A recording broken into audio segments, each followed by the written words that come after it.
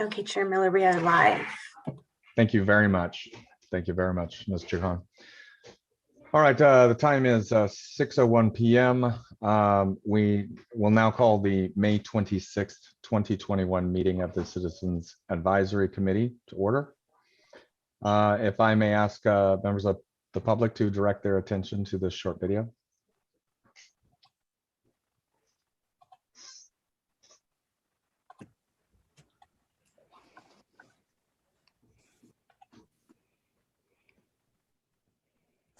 Due to COVID-19, this meeting will be conducted as a Zoom meeting pursuant to the provisions of the Governor's Executive Order N-2920, which suspends certain requirements of the Brown Act. This meeting is being live streamed on the CCTA website. The chair will call upon members, staff, and other speakers by name. Please speak clearly and state your name before giving comments or remarks. Persons participating via Zoom with their cameras enabled are reminded that their activities are visible to viewers. Members participating by Zoom wishing to speak should physically raise their hand and unmute their mic when called upon. Members should remute their mics when done speaking. Citizens participating by Zoom wishing to speak should use the Raise Hand feature or dial *9 if participating via phone, and the chair or staff will call upon them at the appropriate time. Citizens will have 3 minutes to speak. A 30-second warning will be provided. After 3 minutes, staff will lower their hand and mute their mic. Participants via phone will be called upon by the last 4 digits of their phone number. It is requested that public speakers state their names and organization, but providing such information is voluntary. Written public comments received in accordance with the COVID-19 Special Notice for Public Comment Guidelines are printed on the meeting agenda. If authors of the written correspondence would like to speak, they should raise their hand and the chair will call upon them at the appropriate time. All written correspondence received after that and during the meeting will be entered into the record. A roll call vote will be taken for all action items. Thank you for participating in a meeting of the Contra Costa Transportation Authority.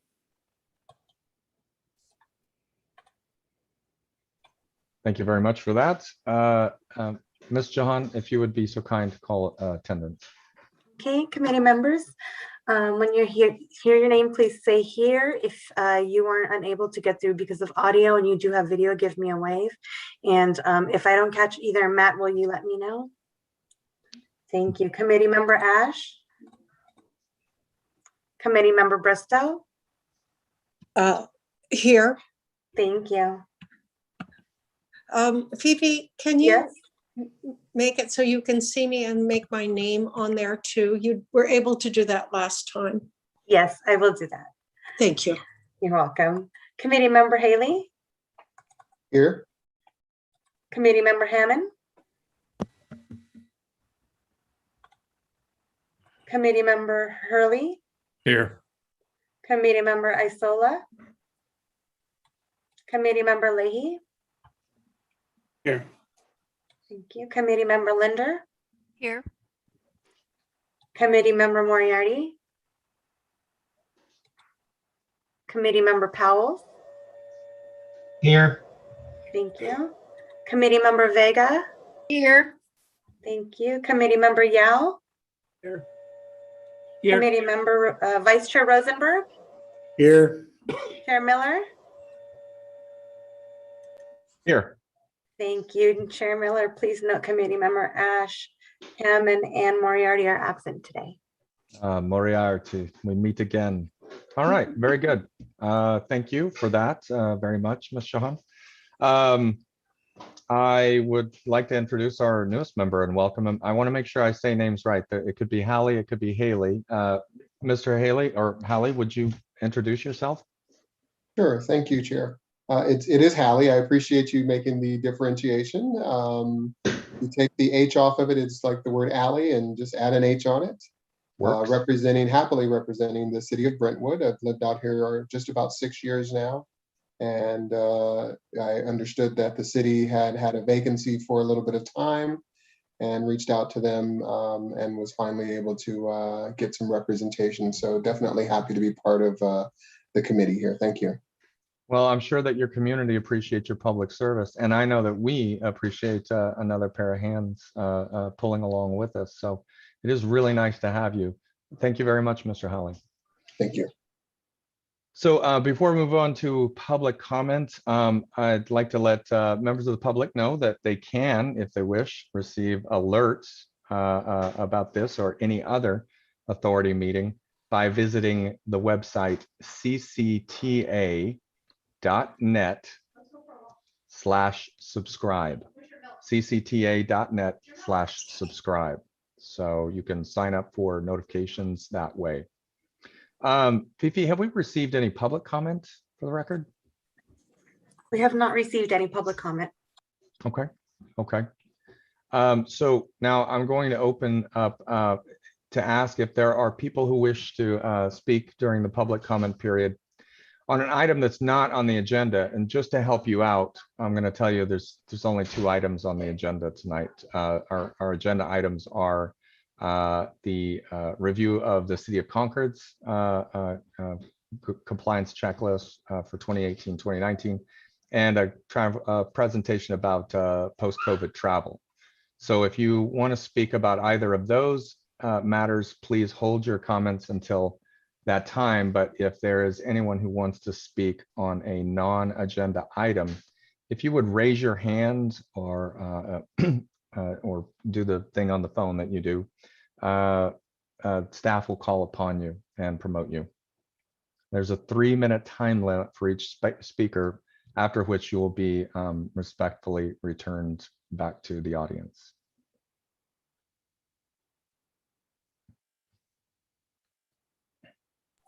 We have a hand from Eric Owens.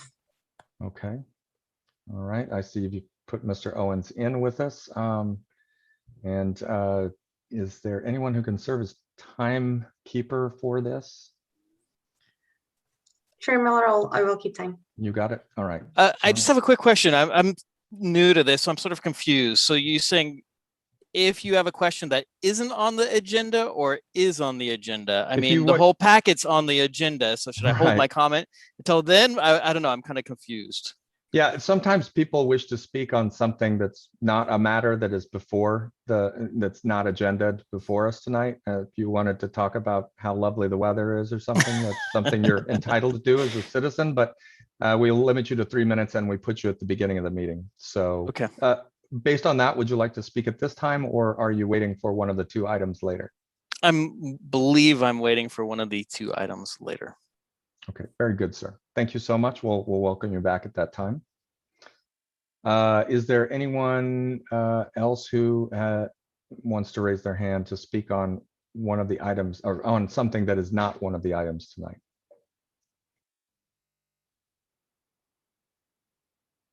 Okay, all right, very good. Having received no comment, we'll at this time we'll continue to move on. Next item on the agenda is just the approval of summary of actions from April 28th, 2021, which I'll abstain from. But are there any changes or comments so on from the committee? I always encourage members to review it quickly, at least to see if their attendance log is correct from the last time. If you have any corrections, please raise your hand and I'll call you. Excellent, very good then. If there's no further discussion, then can I have a motion to approve that summary of actions at this time and a second? Chair, I will move to approve summary of actions. All right. Second? Seconded by who? Mr. Leahy or? Yes. Okay. All right. Motion by Hurley and seconded by Mr. Leahy. All right. If you do a roll call vote. Thank you, Fifi. Committee Member Bristow, how do you vote?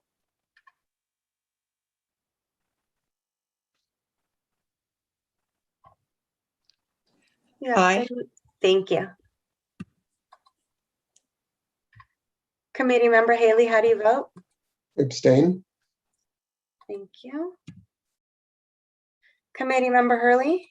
Approve. Committee Member Leahy? Aye. Committee Member Linder?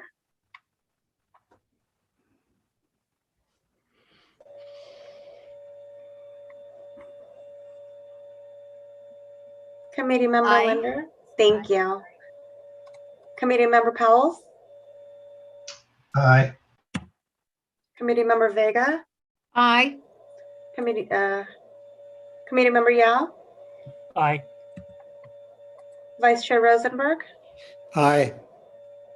Chair Miller. Abstain. Okay, motion passes unanimously by majority present with members Haley and Miller abstaining. Thank you. And I'd like to thank Vice Chair Rosenberg for serving in my absence since I was out taking care of my mother post-surgery. So your service is appreciated, Mr. Rosenberg. Mr. Welcome Rosenberg. back, Ed. Thank you. And Mom's doing great. Thanks. Good. That's great. All right. So next on the agenda is just the consent calendar. These are informational items. They consist of the attendance log and the upcoming authority meeting schedule. If there's any comments from the committee, I guess this is where you review your attendance log entry, whatnot. But any comments about upcoming meetings, etc.? Very good. Very good. All right. Are there any comments from the public about the authority meeting schedule? Upcoming meetings?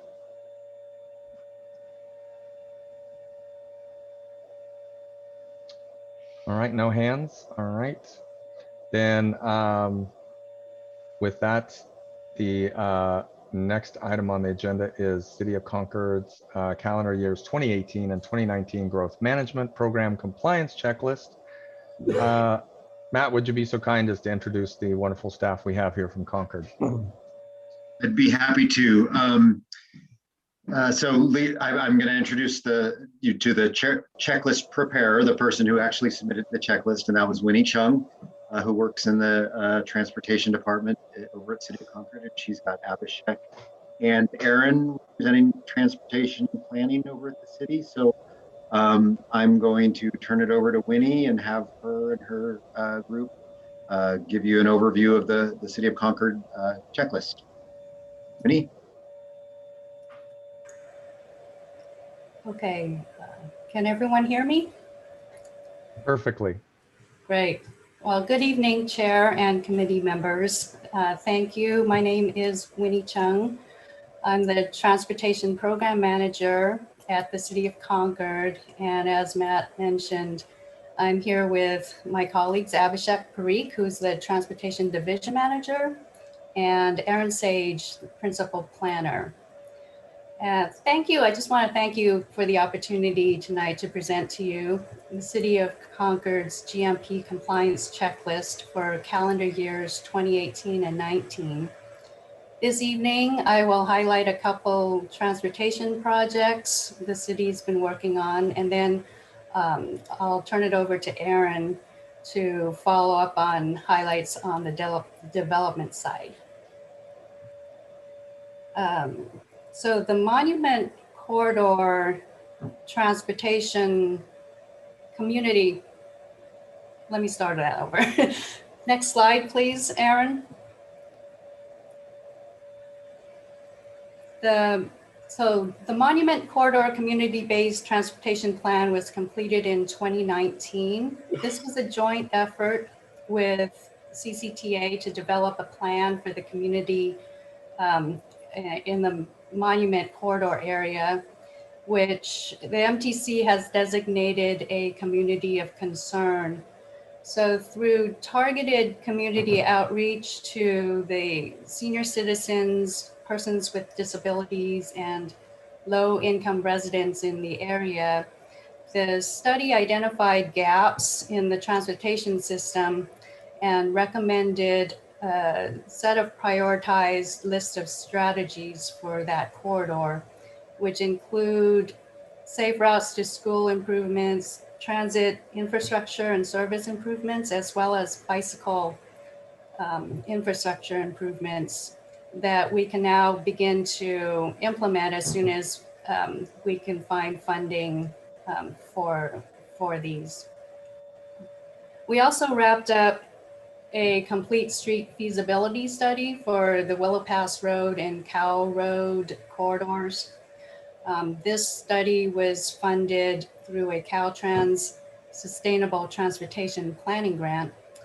Both roads currently are very auto-oriented and lack pedestrian and bicycle connectivity to key destinations. So similar to the Monument CBTP, we went through a series of outreach events and workshops, which resulted in some context-sensitive design concepts that will ultimately improve the comfort and safety for all users, and especially for the pedestrians and cyclists. Following on this study, the city did apply for an active transportation program grant to refine the design of and ultimately construct a recommended cycle track along a portion of Willow Pass Road. However, we were unfortunately not successful in the last round, but we are continuing to look for other funding opportunities. And I just want to mention that earlier this year, we also began a similar complete street feasibility study for the Pine Hollow Road corridor, which is similar to our Willow Pass Road in that it's a truck route, but it also serves a number of schools along the length. And so we'll be challenged with, finding solutions that can accommodate all the different types of users along that road. We'll have more to share on that as well in the next cycle, as this one is just starting out right now. But that are the highlights for the transportation side. At this point, I'll turn it over to Aaron, and he'll go into our development activities. Right. Good evening, committee members. Again, Aaron Sage, principal planner with the city. I'll be summarizing some of our major development activity. I wanted to just start with this slide to kind of summarize overall housing production back to 2014, which is when the current housing began. And we have completed approximately 460 units since 2014, which, as you may know, is well short of the state mandated regional housing needs allocation, but I think still a solid number compared with a lot of other cities. And a lot of those units, the vast majority of those units, located in or near our downtown and very transit accessible locations. Moving on to units that are entitled or under construction, there's a total of about 900 units that are either entitled and waiting on building permits or are currently under construction. As it says there, about 260 of those 900 are currently under construction. And I'll be showing you one of the major projects in that category a little bit later. And then we currently have about 400 units that are currently going through our development review process. As I said, most of these units are in or near the downtown. And I wanted to share with you a tool that we recently released. It's a development viewing map. And so I'm going to do a new share here so I can show you this. Okay, so as you can see, there's a map of the city on the right, and on the left are images of different projects. And just to kind of give you a tour of how this works, you can either click on a project that you're interested in over here on the left, or you can find it on the map. I'm going to just highlight a couple of major projects right now for you. So as you move the map, new projects will appear in the area that you're looking at. So this project is called, pardon me, here it is.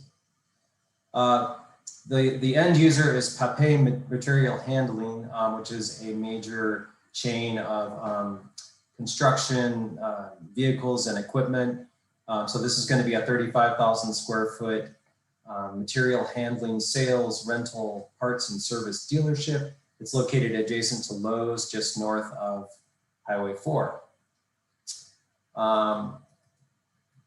And that project was approved by the City Council in April of last year.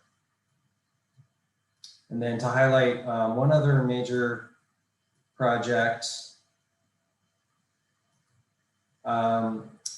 in January of this year, the council approved a 48,000 square foot, 86 room hotel, the Hampton Inn Hotel, located here near Willow Pass Road off of Highway 242.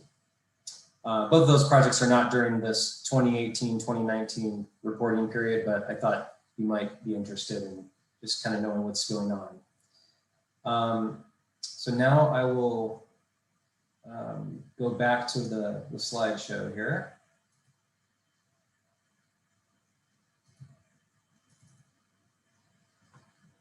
Okay.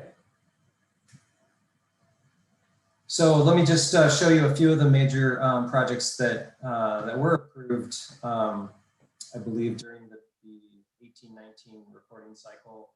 The grant is a mixed-use project on Grant Street, obviously. It's actually comprised of 2 separate buildings. One is a 5-story building, and the other is an 8-story building. Total is about 220 units. Aaron, sorry, we're seeing your notes. Oh, okay. Let me fix that.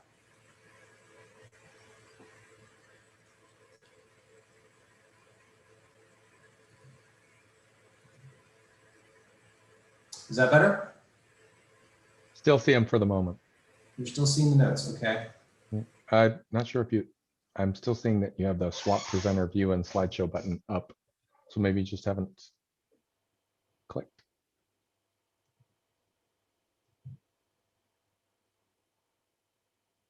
Any change? Afraid not. Okay, well, I'm just gonna just abandon my notes and wing it here. Let me end the slideshow and let's see here. Thank you for being my guinea pigs. It's a good presentation, and as long as you don't have any rude notes about us in there, I'm sure you'll be fine. Right. Reading as is. Okay.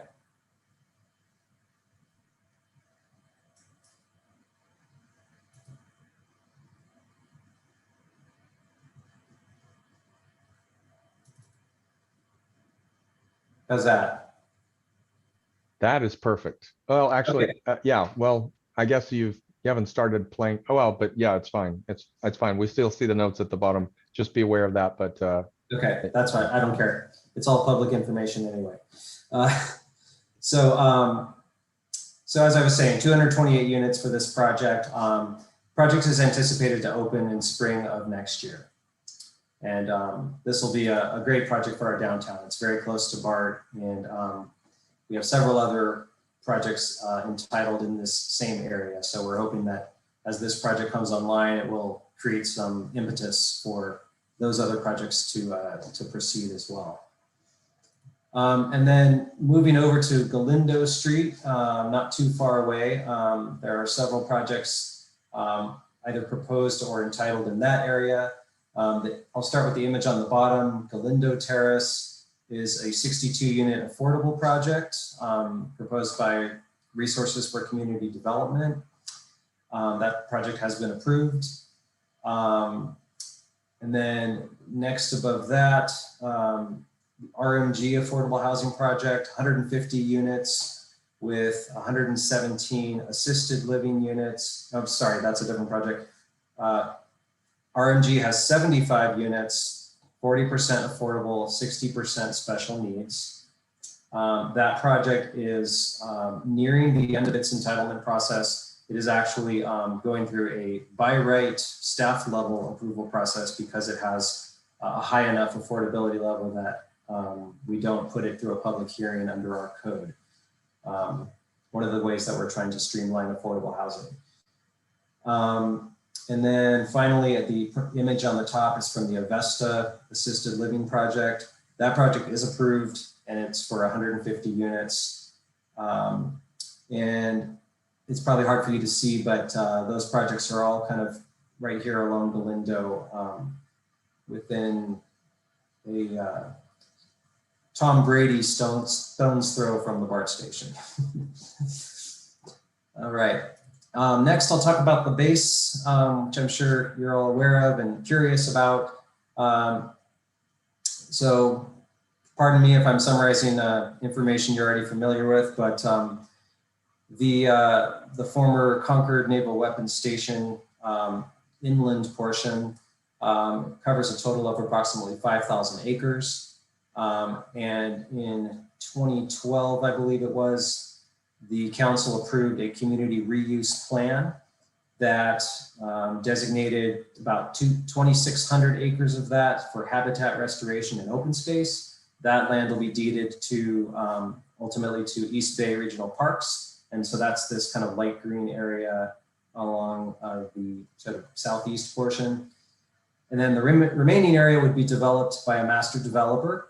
And the plan has that divided into 800 acres of greenways and city parks. And the remaining developable area would be devoted to approximately 12,000 dwelling units, of which 25% would be affordable, and then 6.1 million square feet of commercial space. So obviously a very ambitious project, one of the largest development projects in the Bay Area when it moves forward. As you may know, there was a former master developer agreement with Lennar. That agreement expired, and Lennar had started work on a draft specific plan, but that was not completed because the agreement expired. So right now what the city is doing is there's an RFQ out to get a new master developer to basically continue that process that Lennar started, finalize a specific plan, adopt a new EIR, and start getting some shovels in the ground. We're watching this project very closely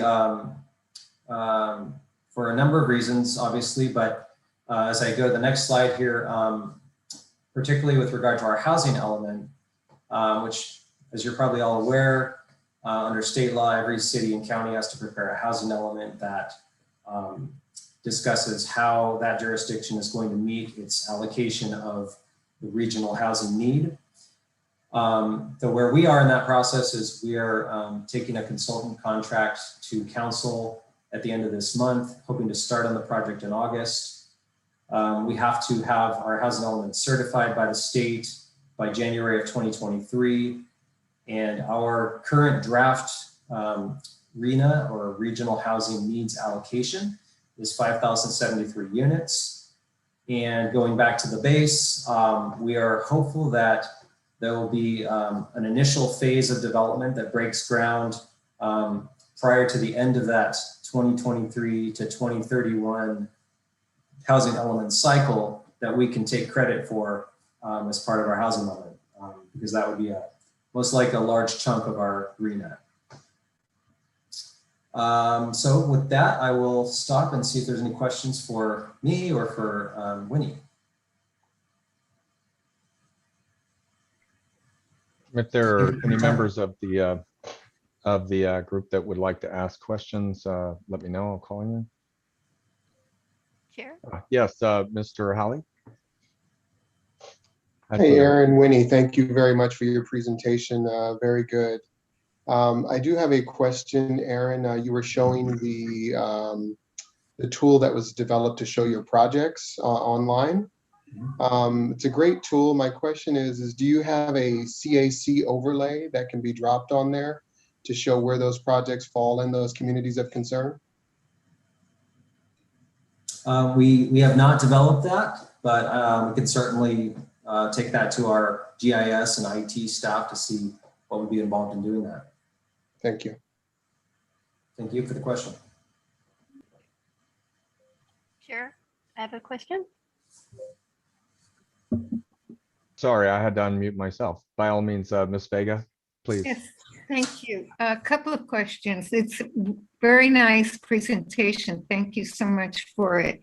I'm just thinking about with all of the units that are being either being built or in the planning stage, and the talk of public transportation, how is that going to all fit in? Because just off the top of my head, I'm saying, what is that, about 8,000 units? That's a tremendous impact on already a very congested Concord. Your city is a very nice city. I like driving to Concord and spending time there. And I'm one of those people who cuts through Concord to cut the traffic and get to Highway 4.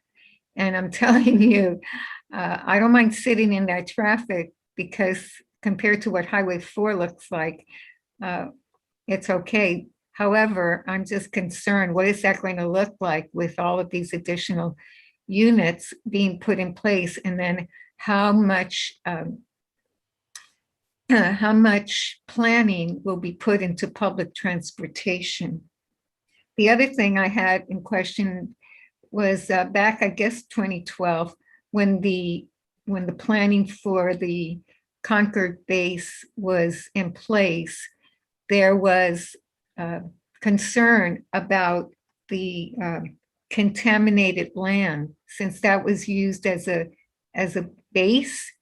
What plans have been taken into account to ensure that where you have the housing, and of course also where you're going to have open space with the regional park, but what's being done to ensure that that land is cleaned? Because we'll have, you're going to have kids going there, you're going to have schools. This is going to be a very, very popular area. So just wanted to know. Yeah, I'll answer the parts that I can, and then I can hand it over to Winnie to speak more on the congestion and transportation planning. As far as overall development anticipated and transportation planning for that, I would just say that our general plan from 2007, I believe it was, does anticipate a very high level of development, well beyond anything that I've discussed here tonight. I believe it contemplates like a total city population of roughly 160,000 people, and we're currently at 120. So I believe that that document, looked at building out the transportation network in conformance with, the countywide transportation plan to accommodate this amount of development. So that's kind of a really high level answer. But Winnie, if you could chime in and add on to that. Well, why don't you do that now, and then we'll come back to the base question. Hello all, this is Abhishek here, Abhishek Parekh, Transportation Manager. And I'd like to chime in and handle the question with regards to the public transit. So in general, the planning for the public transit level happens at the county connection level and at the BART level. We get involved as newer projects come in and there's a need for capacity improvement. So for example, in one of the recent affordable projects, City and BART partnered up to go after a grant to add additional funding for BART cars. So that's one example of how we try to evaluate the existing capacity of transit and how the city can collaborate with the transit agencies. But the overall system planning happens at the transit agency level. Yeah, and if I could just add on to that, the BART, all the regional transportation agencies, they're always looking at development trends and trying to forecast, when you add up all these different cities and development anticipated, what is that going to do to their capacity? So yeah, as Abhishek said, that is going to be primarily something they're looking at, but we certainly partner with them. So to switch over to your question about environmental cleanup of the base, I'm definitely not the authority and the expert on this. We have a dedicated planner dealing with this, and I'm sort of filling in for her tonight. But I know that the Navy is responsible for a certain amount of the cleanup up to a certain level. You have different cleanup standards, some for residential, some for commercial uses. So the Navy will do its part to clean up before there's a final transfer over to the developer, and then the developer may need to do additional cleanup before they proceed with their development projects. So just I would say you can rest assured that there's a very high level of scrutiny. There's very strict standards that have to be met through this process. There will be a lot of public scrutiny on this before it is finalized. Good deal. Do you feel like your questions were addressed, Ms. Vega? I'm just concerned that the city of Concord will be very mindful in with their conversations with BART. You're looking at quite a few additional cars that will be on the road. So what are BART plans? Is BART planning on adding additional parking space to their Concord BART station? Are they looking at perhaps putting in a bus system similar to what Walnut Creek has, which will traverse the city of Concord, bringing people to the BART station, so you can keep those cars off the streets? Are they looking at partnering with the bus company? I'm just concerned. What I'm hearing from you, Ms. Vega, is you're worried about that last mile. I mean, certainly the parking structure is sort of BART's responsibility to fund, and the additional cars are technically on BART as well, although it's nice that the city has collaborated. But our concern here, obviously, is we're concerned about LOS, loss of service, sorry, level of service, excuse me. Right.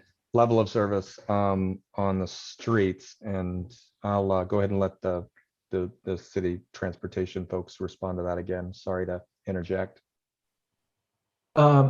Yeah, so overall, the traffic analysis is always done for any new projects that come in, and the required mitigation measures are recommended and required to improve the LOS service or level of service, or to maintain it at a certain level. That happens on a project by project basis. And during that analysis, we also look at transit on a case by case, project by project basis. We coordinate with County Connection as well as BART, depending on the size of the project. And we also look into any alternative modes of transportation, active mode of transportation. So those are pieces of the puzzle that are looked at on a case by case, project by project basis. In terms of the overall system capacity that BART has or County Connection has, that really is not part of our planning. We get involved in that planning as and when they do a system-wide planning project or feasibility study or whatever that may be. But we are not the ones, or the city of Concord is not in charge of planning out the County Connection or BART system.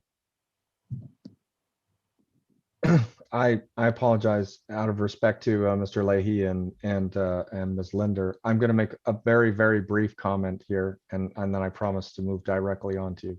I want to amplify a little bit of what Ms. Vega offered up, in that there is one successful partnership operating in Walnut Creek. I believe they call it the number 5, the number 5 ride or something like that.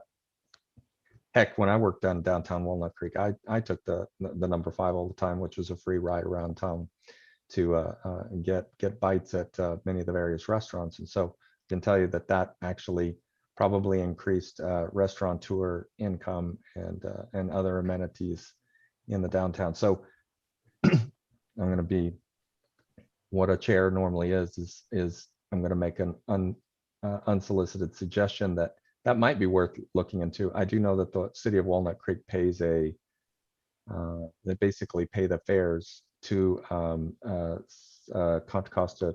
I'm sorry, can't remember the transportation. County Connection. Yeah, County Connection. Thank you. Yeah, they basically for the free ride, which is the number 5, and one other one that drives out to Park Shadelands. They just pay the fares. It's handled on a monthly basis, and I think there is some fairly major mitigations and success and even income increase for their downtown from that. So it's worth investigation. You guys obviously, I mean, you're focused on vehicle miles traveled on each of these individual projects, or that's the old phrasing, but you're worried about mitigation on that on an individual project basis. But that may be something worth looking into. And now I've done Mr. Leahy wrong, so I'm going to go ahead and pass the baton on to him and let him speak. Thanks very much for that. No problem. My only question was, what is the city's anticipated timeline to select a new master developer and then have a plan from them submitted? Yeah, great question. So expecting to select the developer in August or September of this year and restart the specific plan process early next year.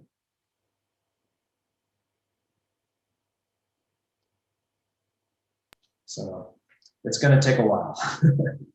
Specific plan would normally take, at least a year, for a project of this complexity.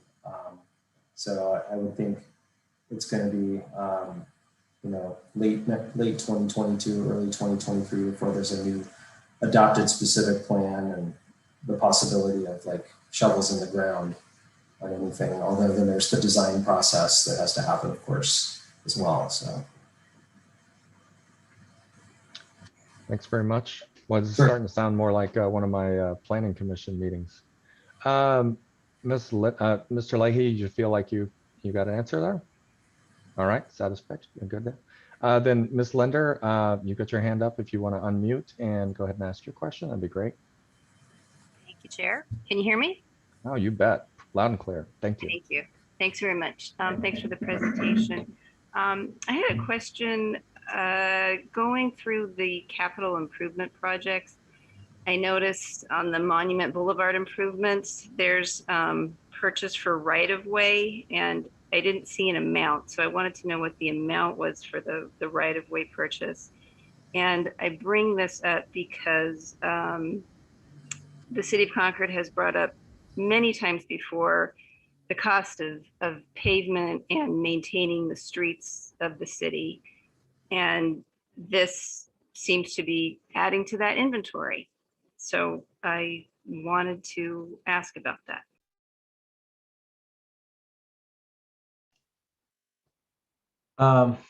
Unfortunately, I don't have the number. That's our engineering division that handles that. I know the project is looking at taking the right of way to improve traffic operations along that corridor. It's a pinch point, and that's where there's a lane drop. And the intent is to improve traffic operations there. There was preliminary discussion about it. I don't know how far along they are with the right-of-way acquisition. And we can obviously provide that information separately. Could you give us an idea of that general, I mean, you talked about a pinch point loss of lane. I'm thinking roughly we're talking about somewhere between like the Coles and that hardware. Well, there's not an OSH there now, but which area were they exploring? I would have to look it up. Okay. I have been totally not involved in that. So I would have to look it up. Sorry about that. Understood. All right. Chair Miller, do you mind if I ask one more follow-up question? Please, by all means, go ahead, Mr. Howley. Thank you. And this is sort of following up on the question that Member Vega was talking about in terms of total housing units being developed and level of service impact. And so my question, I guess, can be either to Aaron or to Abhishek, and how much of that, I guess, current development and then the planned development, how much of that is transit-oriented development, whereas it could have a significant reduction of the impact of cars on the road if we're looking at a large number of units being TOD. Do we know what that's looking like?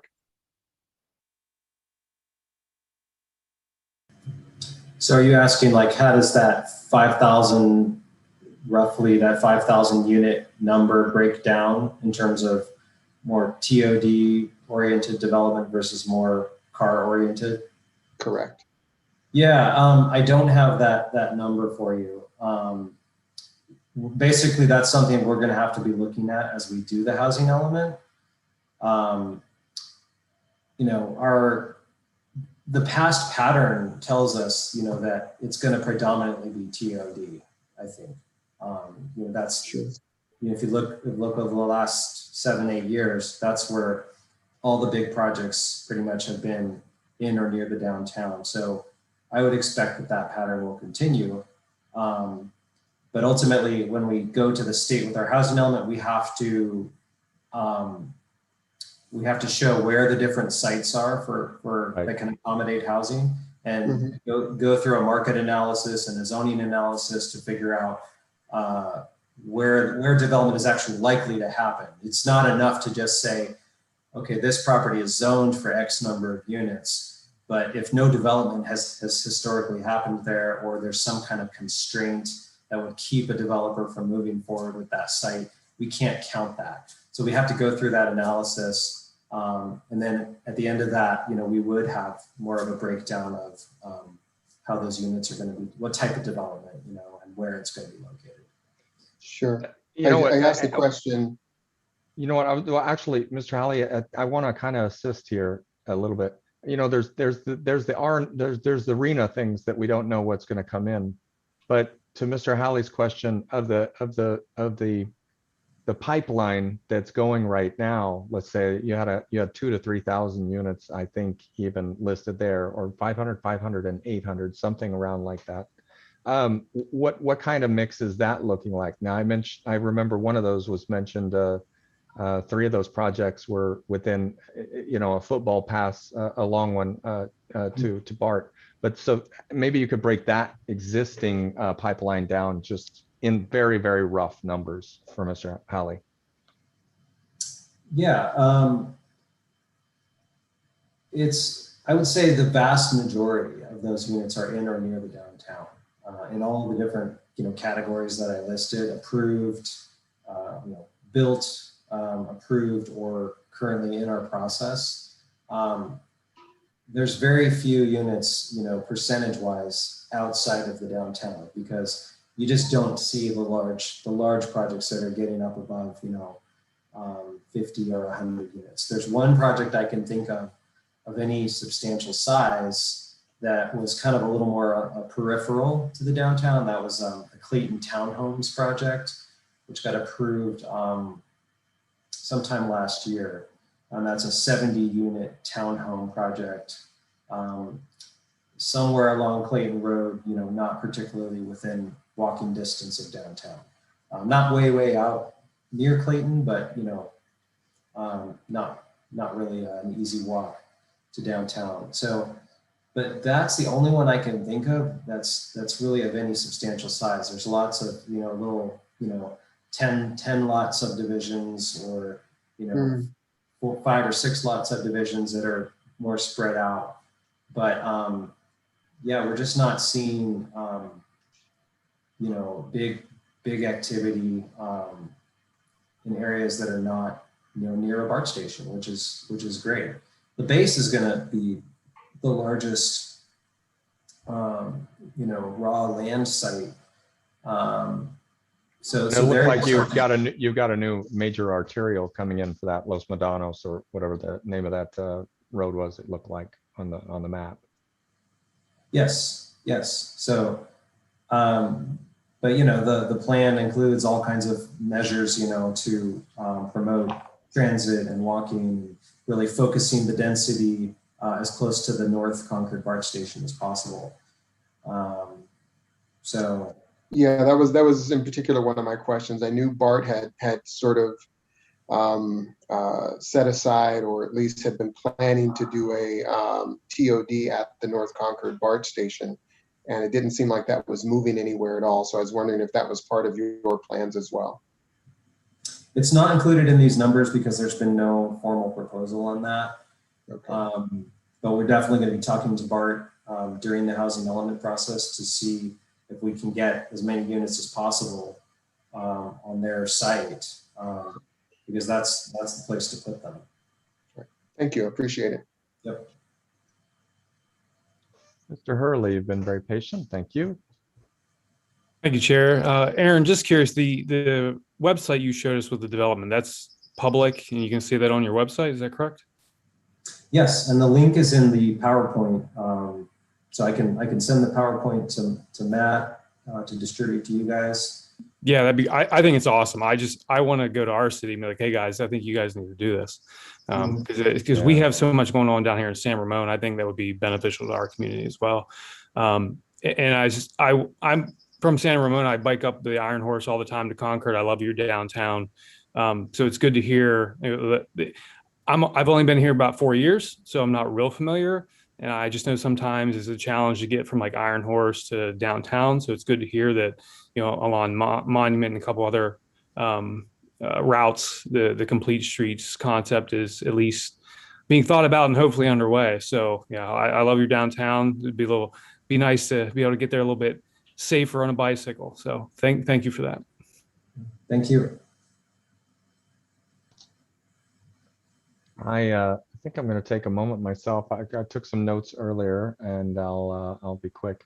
It's funny, this is an interesting meeting because it sort of bounces between some of the concepts between planning commission or planning and development and transportation. I know you guys feel like you've been beat over the head with some of these questions, but I've got one question that's sort of a slightly different angle that I wonder if something comes to mind. I was looking at like the Grand Street mixed use and some of the other stuff there downtown.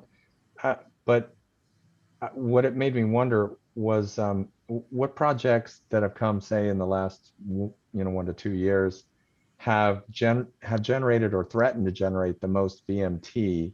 And you kind of talked about that one off of Clayton Road, but I was kind of curious about if you had any kind of Godzilla VMT threats out there that you actively mitigated, and if so, I was curious what your mitigation methods were that might have been chosen. I know that's very specific, almost an interview question, but I am very curious in the answer if you've got one, any of you.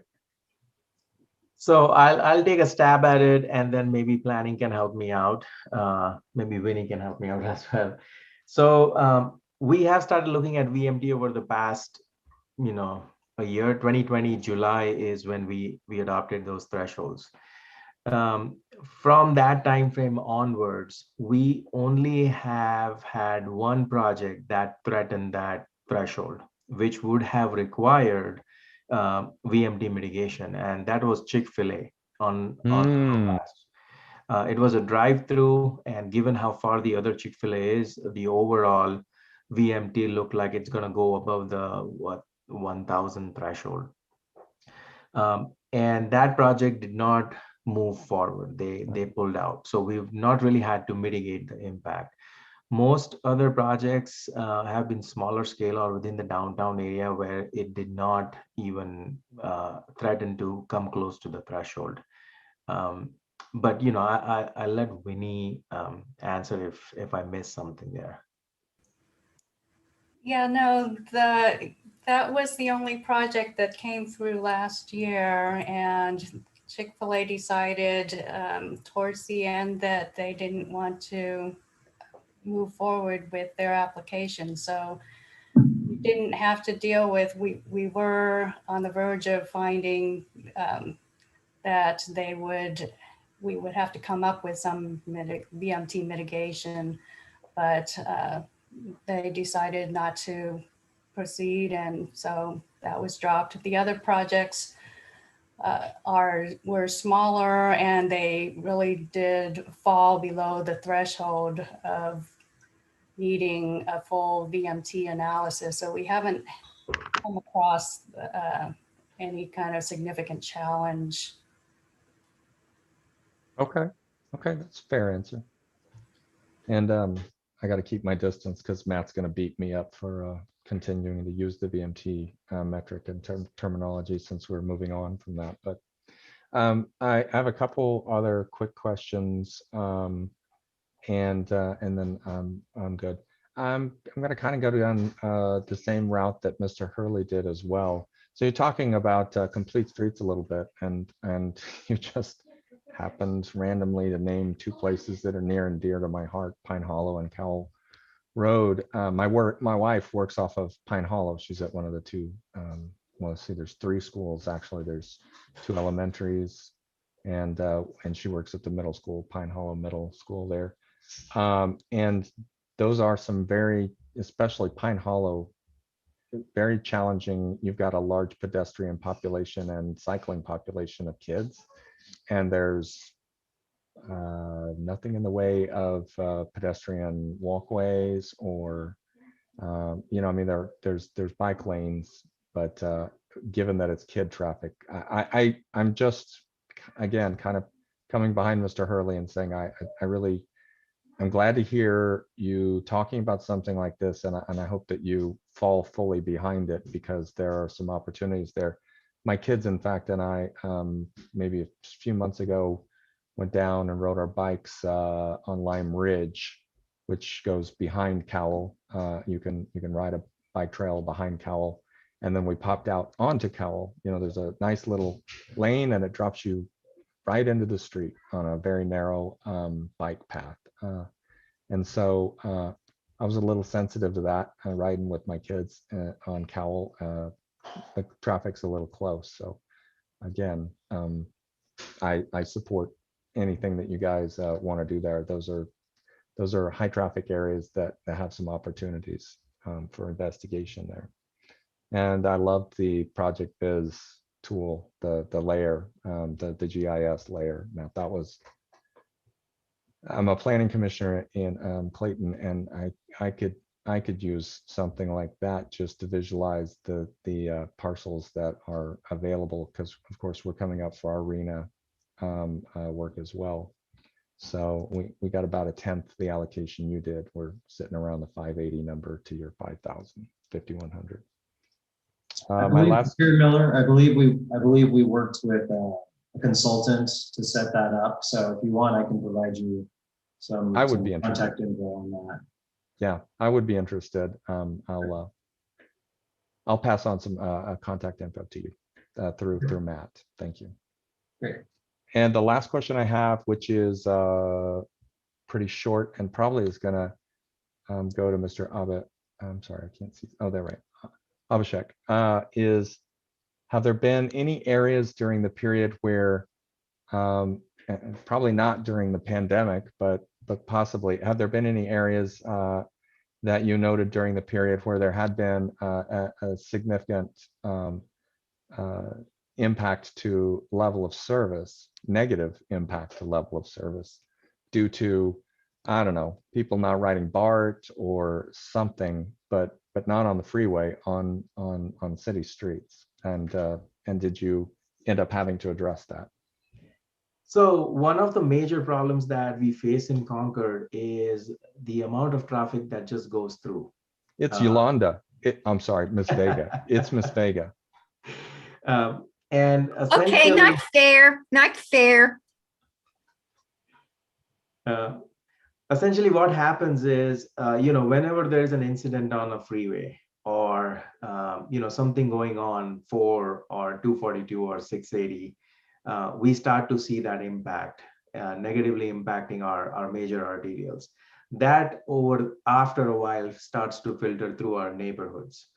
And we start getting a lot of complaints from our residents with respect to speeding or a lot of volume on local residential streets that are not built for those kind of traffic. What we have done is we have started to look at traffic signal timing and trying to see as to how we can discourage some of those movements into local residential streets and try to keep them on major arterials. It is a very difficult thing to do. We're just trying to play catch up, really, because we try to stop them one place and they end up showing up at another location.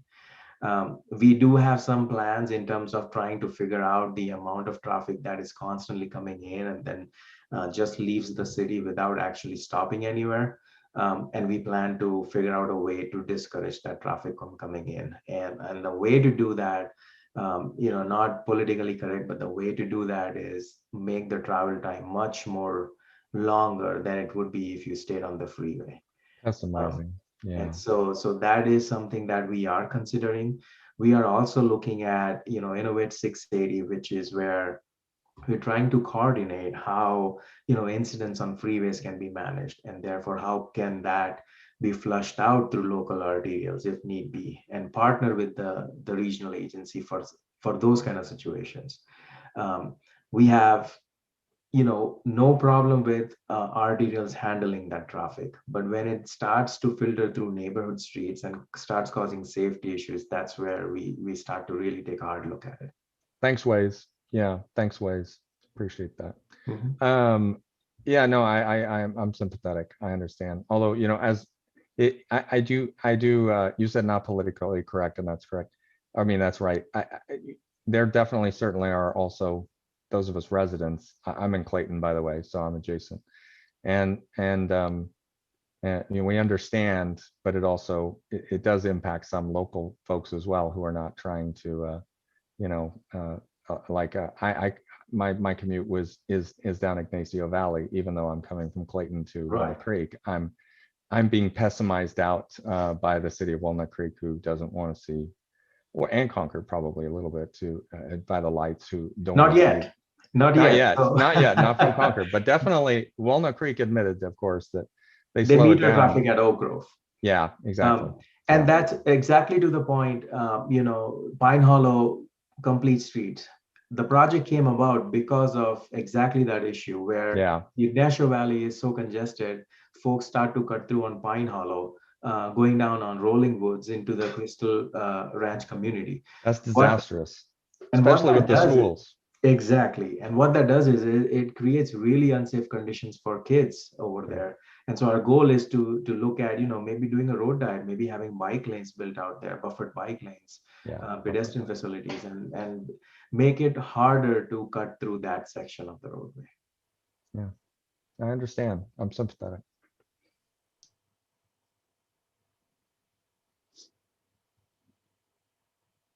All right, I'm gonna see if there are any other hands among us. It's possible that we've exhausted our questions for you. Okay, tell you what, since the city of Concord is currently Son's CCTA representative, I'm probably, me and Billy are probably, oh, sorry, Billy, you're San Ramon. I keep wanting to think of you as Pleasant Hill, but I'm sorry. Well, we do have member Linder from Concord. Yes, yes. Oh, we do have, oh, okay. I'm sorry, why was wondering.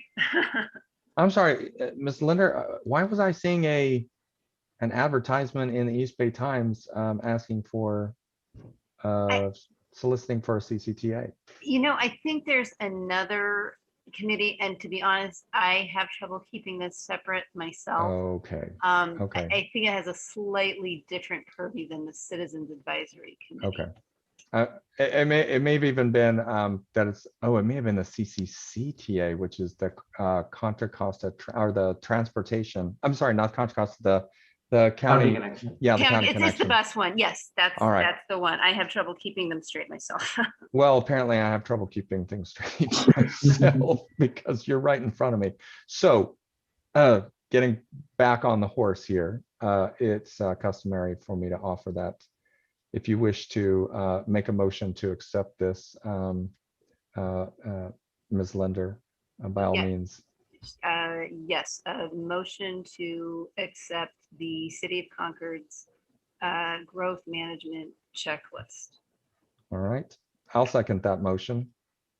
So moved by Ms. Linder, seconded by me, Chair Miller, and go ahead and Ms. Jahan, if you could do a roll call. Committee Member Bristow, how do you vote? Aye. Committee Member Halley, how do you vote? Yes. Committee Member Hurley, how do you vote? Aye. Committee Member Leahy, how do you vote? Aye. Committee Member Linder, how do you vote? Abstain? Committee Member Powell, how do you vote? Aye. Committee Member Vega? Aye. Committee Member Yao? Aye. Aye. Thank you. Vice Chair Rosenberg? Aye. Chair Miller? Aye. Motion passes unanimously by majority present with Committee Member Linder abstaining. Wonderful, wonderful. Thanks very much to members of staff from Concord who visited us and shared your plans and challenges. Good luck in your bon voyage of trying to get the the project launched on your the naval station. I wish you the best of luck with that major project. Thank you, Chair. Thank you so much. Thanks for having us. Yeah. Let's see. So, Ms. Linder, if you still have your hand up, that's fine. I'll call on you. If not, I'm going to move on to the next agenda item.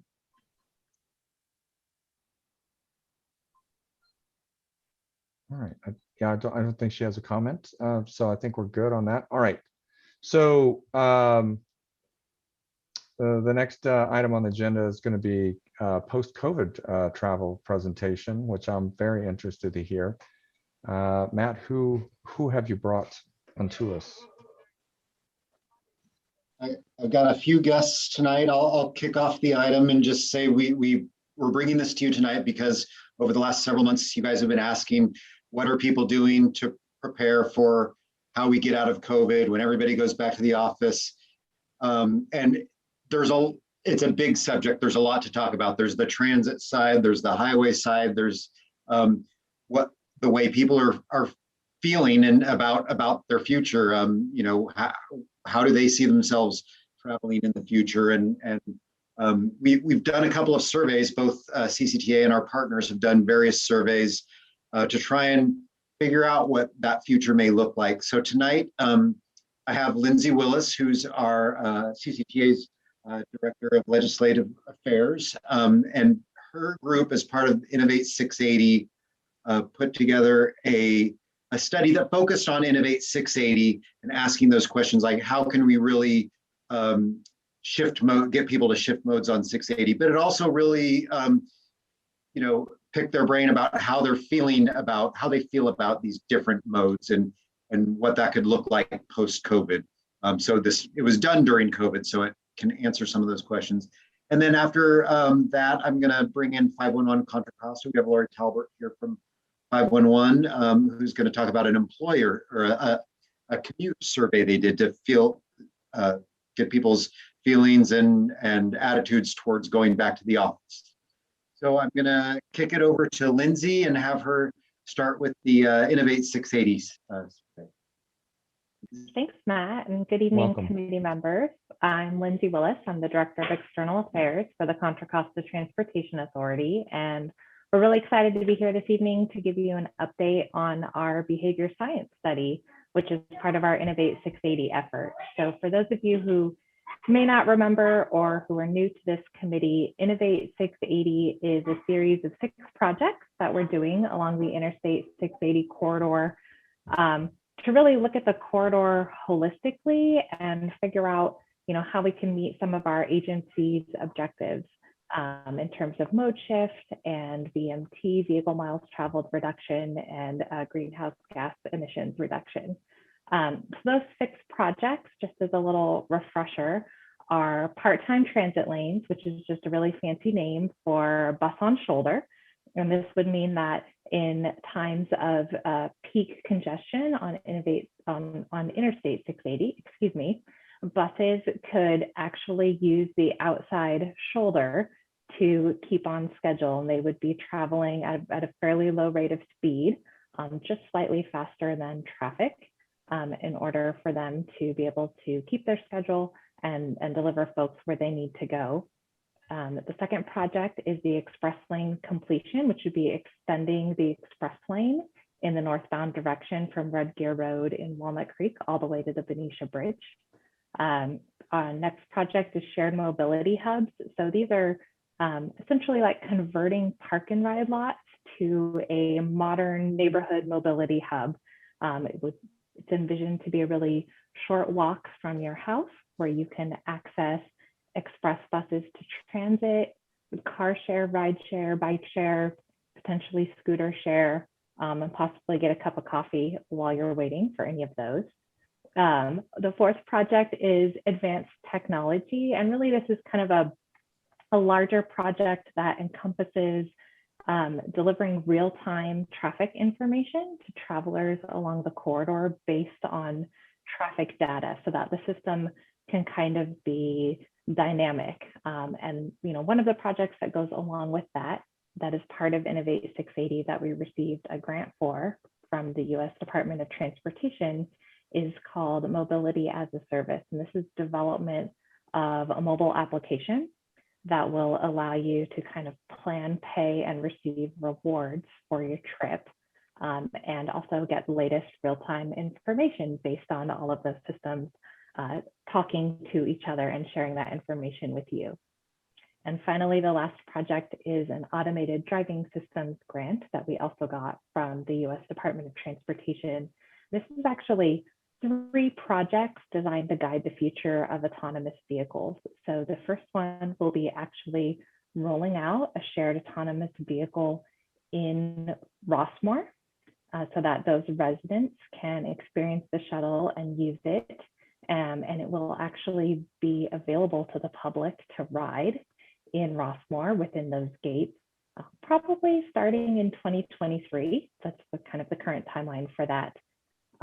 The second part of that project is testing accessible transportation to the county hospital in Martinez and thinking about in the future how autonomous vehicles can be designed to accommodate folks with different abilities and get them where they need to go, like to medical appointments.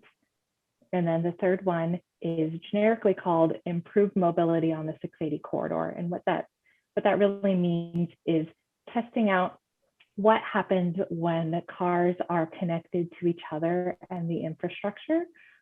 So for example, right now, a standard, and Matt will correct me because I always get the number wrong. I think it's like the standard you use is 3,000 cars per lane per hour on an interstate. Am I right? Okay, good. So the theory goes that if cars can talk to each other and the infrastructure, or essentially they're closer to being automated, that they can travel closer together, which means you might be able to actually get more cars traveling along a single lane of a freeway within an hour. So we're actually going to test that with Nissan as our partner to see if that is a valid theory and maybe something that can be used in future modeling across the United States. So it's really exciting. And as you can tell, this whole project, Innovate 680, is really unique in many ways. And that kind of extends to how we're trying to engage with the public and understand how they use the corridor and the thought process behind those decisions. And so part of the public engagement effort for Innovate 680 includes a behavior science study. And I promise it's not as scary and big brother-ish as it may sound, but really we have a lot of sources of data available to us for the 680 corridor. We have origin and destination data. We know average speeds, we know average travel times, But that data doesn't always tell us the full story.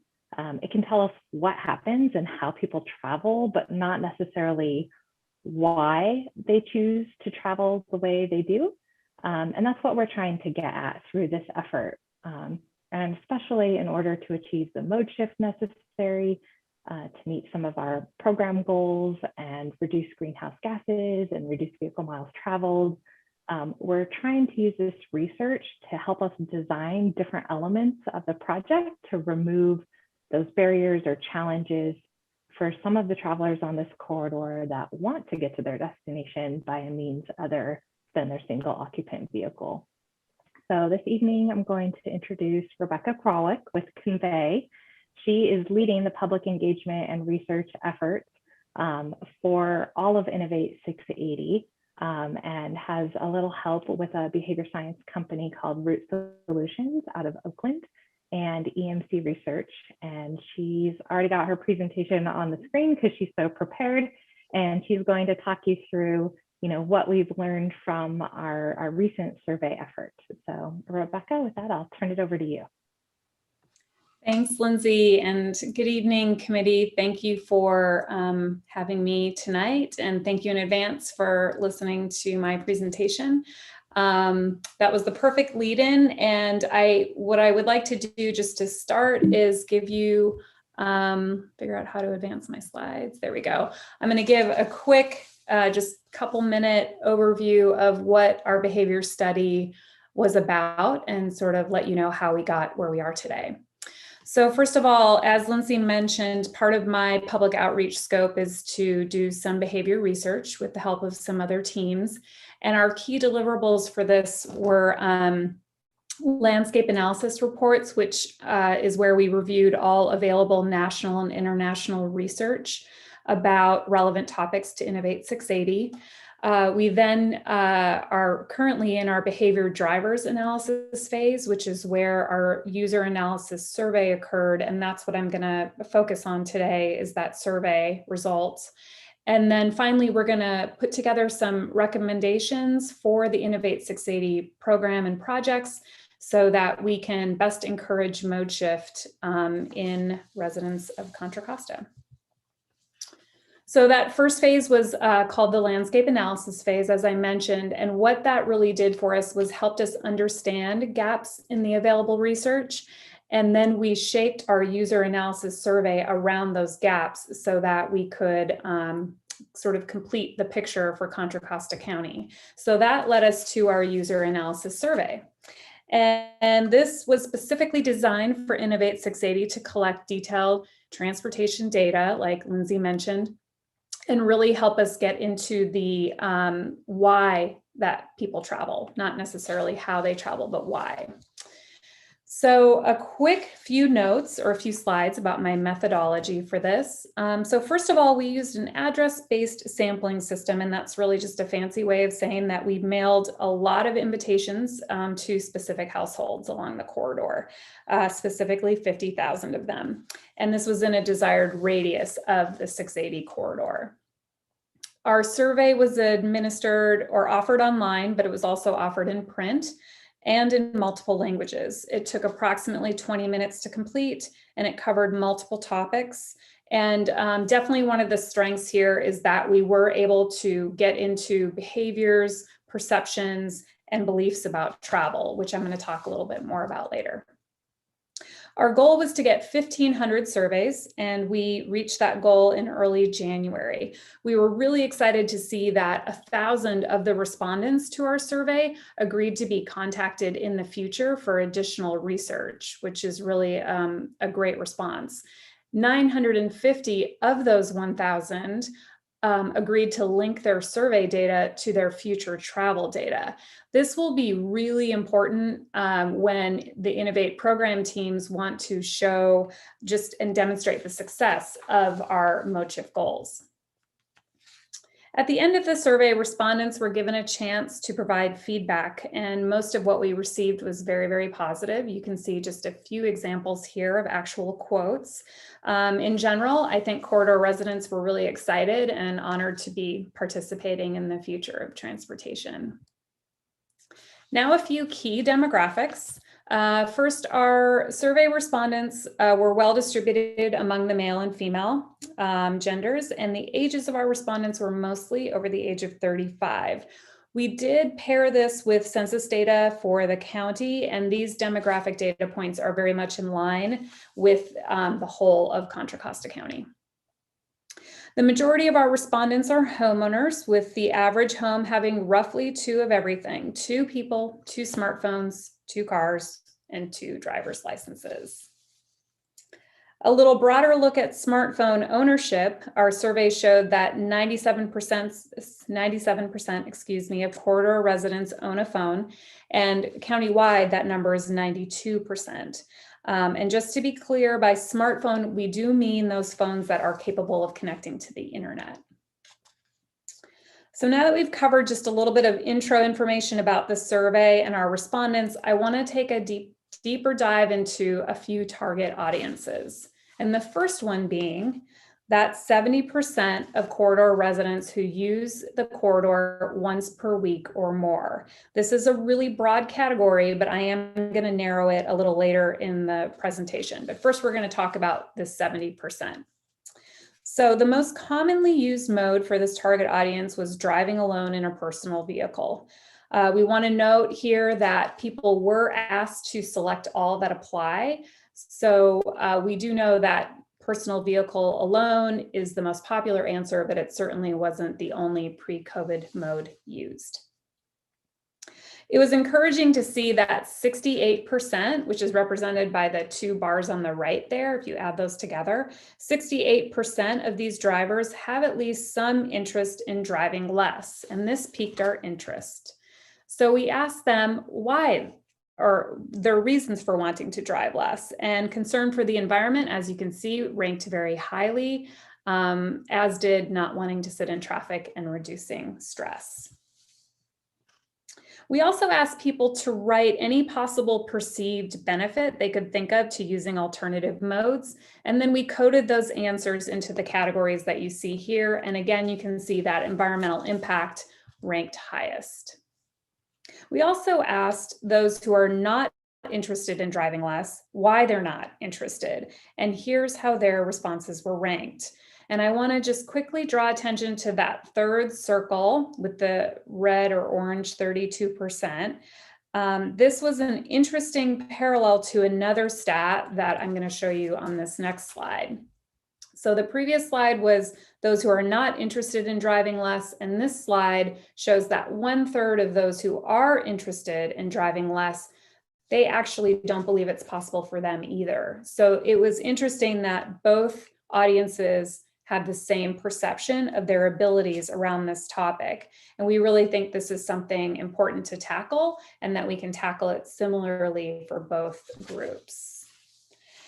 So then just some quick comments from our survey takers about why they believe it's not possible for them to take alternative modes. So this is definitely something that we're going to look into as we're shaping the Innovate 680 projects to see what we can do to remedy these barriers. Now, I just want to highlight a study that was done in Durham, North Carolina, where they did a combination of incentive programs to get people out of their cars and into transit. With one program, personalized route maps were emailed to people to show how they can use alternative modes to get from their home to work. And in another program, people were offered a chance at a weekly cash prize to take the bus. And both strategies were really popular, but the personalized commute map actually revealed a 12% reduction in driving to work alone. So it was a very successful method and incentive. And that was compared to those who did not receive that personalized map. And we actually learned across all of our mode shift research that a personalized schedule or something personal about your own commute was really a powerful incentive for people. So this slide here confirms from a motivation perspective instead of a barrier perspective that between our larger group of corridor residents, which is shown there on the left, and then our subset of people who are interested in driving less, that money is not really the most important factor. And in fact, that time is definitely more important. So now I want to talk about and narrow our target audience a little bit to a subset of those people that we think we might have the most success with behavior change. And we've given this priority audience a name. We're calling them our champions of change. So these are daily drivers in the corridor who are interested in driving less. And this group makes up 44% of all of our corridor drivers. So my next few slides are going to be about this group specifically. So first of all, our champions of change live in cities throughout the corridor, with Concord and Clayton being the outliers with the highest and the lowest percentages of champions. Our champions are clustered in the middle age groups, with 70% of them being within the age range of 35 to 64. And I also want to note that the gender split was again 50-50 with this group, or nearly 50-50. So now the question becomes, what behaviors or modes are we most interested in changing from and changing to? So as we saw above, the preferred mode among our target audiences, including our champions, is driving alone in a personal vehicle, better known as an SOV, or single occupancy vehicle. And a typical passenger vehicle emits about 4.6 metric tons of carbon dioxide per year, and it takes 6 acres of US forest land to counteract this emission. We feel that switching away from SOVs to alternative modes of transportation would definitely have really important and positive impacts on the environment and certainly on congestion as well. We also know that studies have shown that public transit, carpooling, walking, or biking all help to reduce the volume of those motorized vehicles on the road. So with these two fun facts in mind, our goal is to take our champions of change and motivate them to shift modes. This helps us narrow our questions just a little bit to what modes could yield the most new users and what modes would yield the least. So we asked our champions about the likelihood of them using a variety of new alternative modes, and here is how they answered our question. Our champion group responded that they would be most interested in trying telecommuting or carpooling with household members, but it's followed closely by the other modes that you see here. The modes they are least likely to try are bike share and van pool.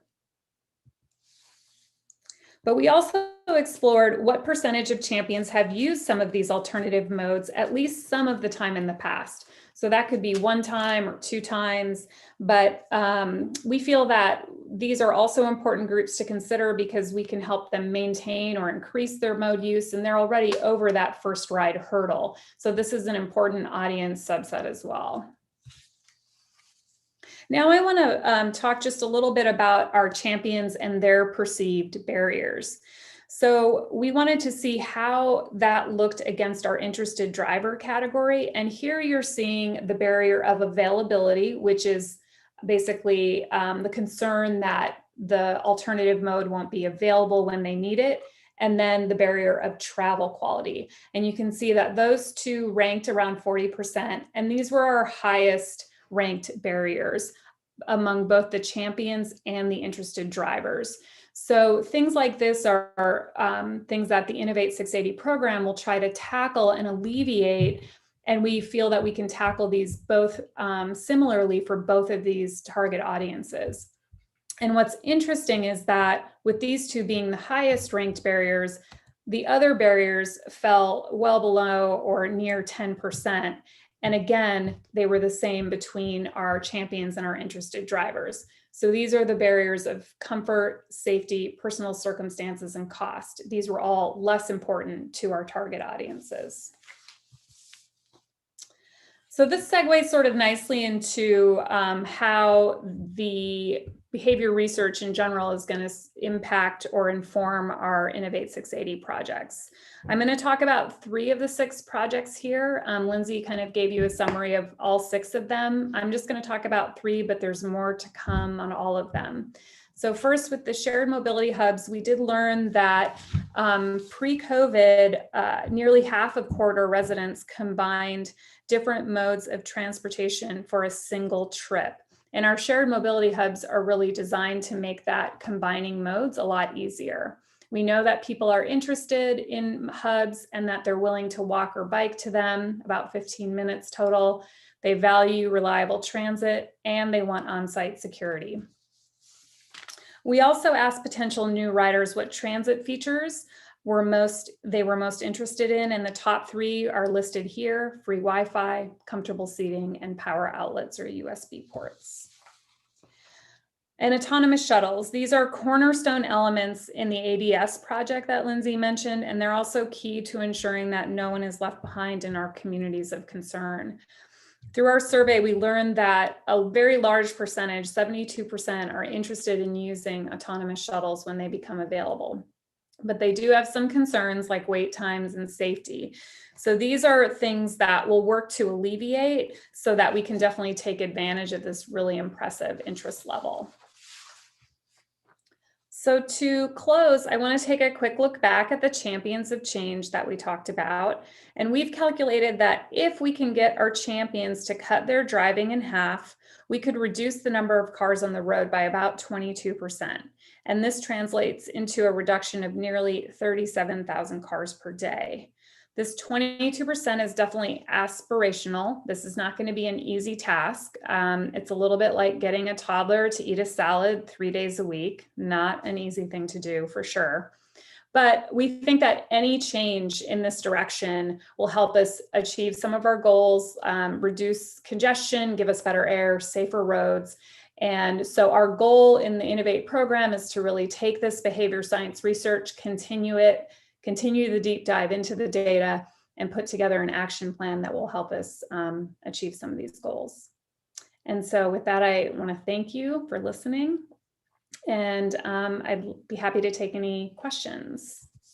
And I can stop sharing. All right. Any questions amongst the members? I certainly have some, but I like to wait because I'm very talkative. All right, you guys. Well, Ms. Lender's hand is up, but I think it might be up from prior. No, she'd like to. Okay, Ms. Lender, go ahead. Hi there. Thank you for the presentation. It was very interesting. Thank you, Chair Miller.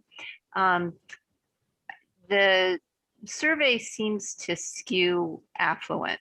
Like I think you said the vast majority were homeowners, had 2 cars, et cetera. What is Innovate 680 doing to address equity in transportation? Lindsay, did you want to take that one first, or do you want me to? Yeah. So the survey was done during COVID times, and it was mailed to, like Rebecca said, about 50,000 households. And the reason that we actually did it as a survey via mail was because it could encompass folks who did not own their own homes. It went to people who lived in apartments. It went to a lot of people. So there is, however, some self-selecting in terms of who chose to actually take the survey, and that is, a little bit beyond our control, given that during the time the survey was fielded, which was end of November and December of 2020, it was people were not comfortable with folks knocking on their doors or trying to get surveys maybe the old-fashioned way. So what we have at this point is information from folks who chose to take the survey. So it may not necessarily be the most representative sample of the entire county. But in terms of the Innovate 680 program as a whole, equity is one of the program goals. And each individual project kind of looks at that through a different lens. So for example, as part of the, let's just take the northbound express lanes, potential extension of that express lane. One of the things that we're working with MTC on is their new Fast Track Start program, which is means-based tolling to provide discounts to households who may need it in the future. And just a friendly reminder, express lanes are always free to carpools. Sometimes people forget that carpools always ride free in those lanes, which is one way that the Metropolitan Transportation Commission tries to encourage that. I think as you get into some of the other programs like shared mobility hubs, we're really looking closely at placement of those to be sure that they are walkable, bikeable, accessible, or that they are served by a means that could be accessible, like a shared autonomous vehicle that could be called up on demand to come to your house and pick you up, that sort of thing. So each one of those 6 projects kind of approaches it from a different lens, but it is definitely something that is top of mind for the project team.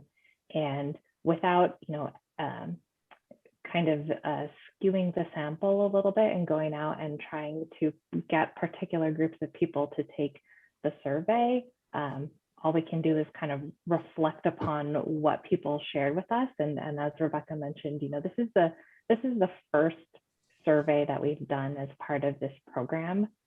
There is actual funding to continue the behavior science endeavors for a few more years as these projects unfold over the next 4 years. So I do think that you will be hearing from us in the future with a lot more information. And that is, one of our focuses is to try to get into certain communities that maybe didn't respond as much to this survey. We did have specific follow-ups. So we were tracking very closely the zip code responses. And if there were zip codes that were not taking the survey at the rate of others, those folks got follow-up postcards and, kind of friendly reminders. So hopefully that answers some of your question. And if not, and you'd like to clarify further, I'd be happy to talk more about it. I see. I was just wondering because 78% is a big number from a survey respondents, but it sounds like it was completely unintentional. You certainly can't control who responds to a survey. The more the merrier, in my opinion, when it comes to that. So if any of you get surveys in the mail or on the phone, please take them. It really does help people like us.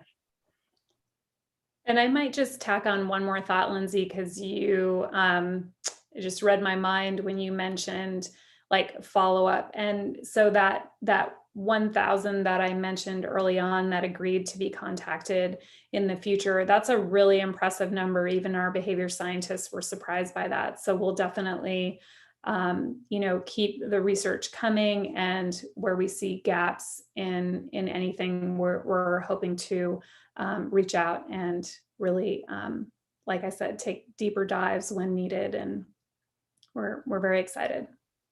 Yeah, it's great. It's really positive response. Mr. Halley, would you like to engage? Yes, thank you, Chair Miller.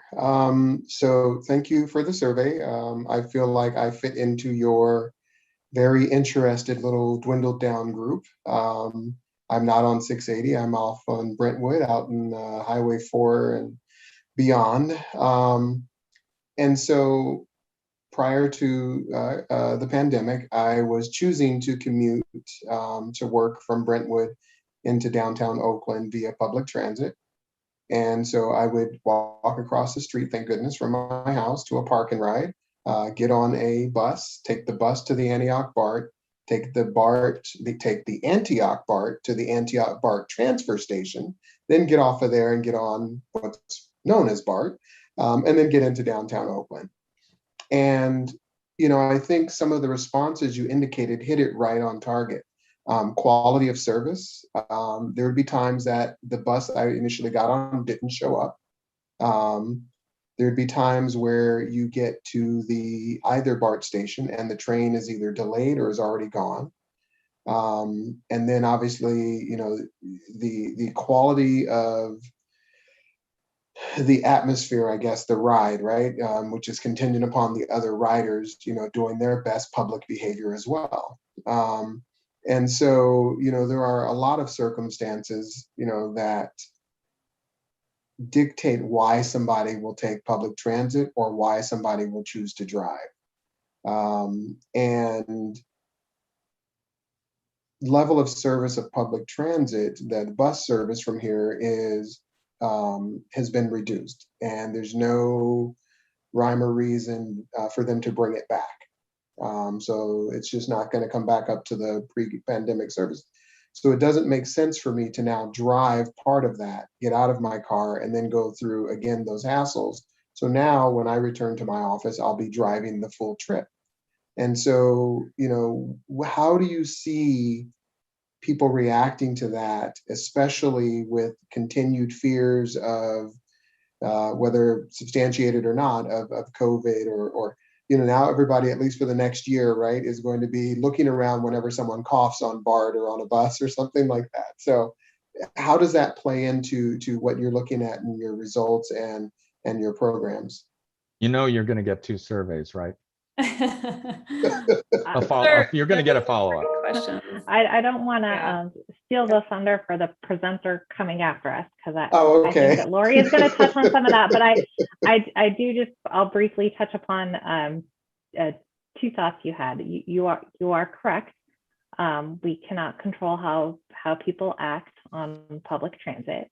That's on everyone to be on their good behavior, but there are some things that we can improve about the user experience. So one thing that's actually not related to Innovate 680, but we are working on at CCTA is this project called Integrated Dynamic Transit Operations, which is a really fancy way of saying we're trying to protect the connections between BART and buses. And that is actually a project that we're working on with Tri-Delta Transit. They serve the Antioch Brentwood area.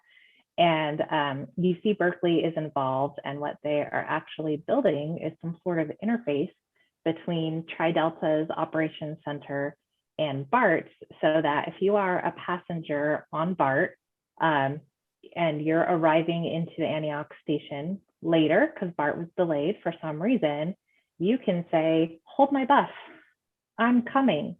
And the bus will be notified that there are passengers. So instead of trying to keep to its schedule with 0 passengers, it may wait that extra 2 minutes for the train to arrive for you to exit the station and catch your bus. So that's actually a project that is ongoing right now. I believe there's still another year left in the grant for that development. So that is something that we are working on that will ultimately, hopefully, be enveloped into this mobility on demand application as part of Innovate 680, so that you will have access to that real-time information. Before you leave your house, you'll know if that bus is going to be there for you or not, because it is true. Our research has shown once you get in your car to drive, unless your distance or your end location is much easier served by a transfer, it's highly unlikely that you're going to get out of your car for that second part of your trip. So what we're hoping to do is convince a lot of people to not get into their car in the first place and try something else. So hopefully that addresses that. And secondly, I want to say, the authority board was really interested in this research, and the staff is actually going to be recommending that we do similar surveys along the Highway 4 and the Highway 80 corridor in Contra Costa County to kind of round out that picture and get some comparative data and look at how we can do this on those corridors in the future, because the way that our team at CCTA is starting to look at the transportation system is essentially kind of by corridors, knowing that all of these different elements have to work together for your experience to be a good one. And so that's, kind of Innovate 680 is really our test project in trying to do a large number of projects at once simultaneously that work together. And that's probably the approach that we'll be taking in the future on these other corridors. Sure. Thank you. Nerds. You guys are the best kinds of nerds, honestly. I mean, the kind of stats and stuff that you're running, they show that there's enough analysis occurring that you're understanding, below the surface of the numbers. And when you're trying to add these human dynamics below them, it just gets complicated to such a level. And yet, when you're sitting and presenting, clearly you've been able to make sense out of the chaos and see the patterns. And that can be hard when you're buried under a sea of numbers. I know that I work in database and data analysis, so I'm just kind of impressed that you've been able to ferret out the patterns. It's really great. Chair Miller? Yes, sir. Can I ask one more question? I think. Yes, I didn't mean to interrupt. I'm so sorry. Please go ahead. That's all right. So as part of your survey and I think it was the things that would compel them or something to take public transit more or something like that. So one of the things, my graduate program that I'm looking at that we're just completely opposed to here in the United States are the vehicle restriction programs. So like the no driving on Monday, Wednesday, Friday things, the license plate. Where does that play? Have you guys even thought about putting anything like that into a survey on? That's really interesting. Yeah, it was not in this survey. That sort of, I guess, disincentive, but I think it's very likely that it came up in our landscape analysis research along the way. I wouldn't be able to cite exactly where that might be, but I think that's definitely something I'd be interested in learning more about and might be part of some follow-up that we do. Lindsay, did you want to add to that at all? No, I was just going to say I don't think anyone has attempted the actual no driving with your license plate that I'm aware of, at least within California. But I do know that San Francisco has and is looking at increasing, tolling or the cost actually to enter the city during certain times. That's the study they're going to be looking at. So that might be a good litmus test for the appetite of this region. Sounds like my home state of New Mexico, where Albuquerque, you can only water your lawn on certain days of the week if you've got an odd number, a house number, or an even house number. It's just they don't have enough water, and we don't have enough roads, or we don't have enough people willing to step out of their cars, I should say more accurately. I didn't mean to cut you short before, Mr. Halley. I appreciate your courteous allowing me to step back again. And I believe Ms. Linder would like to say something again. So, Ms. Linder? Yes, please. I just want to, thank again to Convey and the team. Two things. How can we support public transit?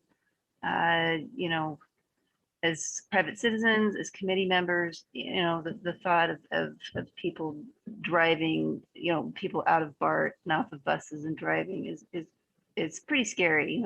We've got greenhouse gas goals that we want to hit.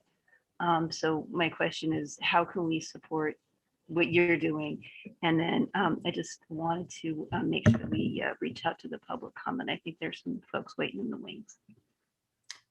I'll just speak really broadly about that. Thank you for the question. I know that part of what we're learning is about communicating to the public. So not only are we learning about travel habits, but we're learning what are the best ways to share transit options and shared mobility hub options with the public. We're learning everything about the coolest campaigns that worked in Europe and all of that. So as we start putting material together to get the word out there, then I think there's opportunities for all of us to help get that word out. And so I think that's to come, and I'll pass it over to Lindsay too, if she has anything else to add. Just briefly, I think that you guys are uniquely positioned as being an advisory committee to the authority. We are working on becoming more involved in helping to integrate all of the transit in Contra Costa County. And so I can share with Fifi and Matt, our local transit agencies, whether that be Tri-Delta Transit or WestCat and County Connection, are really doing some amazing things. And through this past year with COVID, they have had so many additional things to address. They haven't really had a chance to kind of toot their own horn and talk about all of the really interesting projects they're doing. All of them are looking at how they can use automated vehicles to complement their transit services. They don't see these vehicles as competition. They see them as a way to help get folks to their major transit stops and make it easier for folks to access buses because they can't go into every neighborhood. You know, the three of them work together.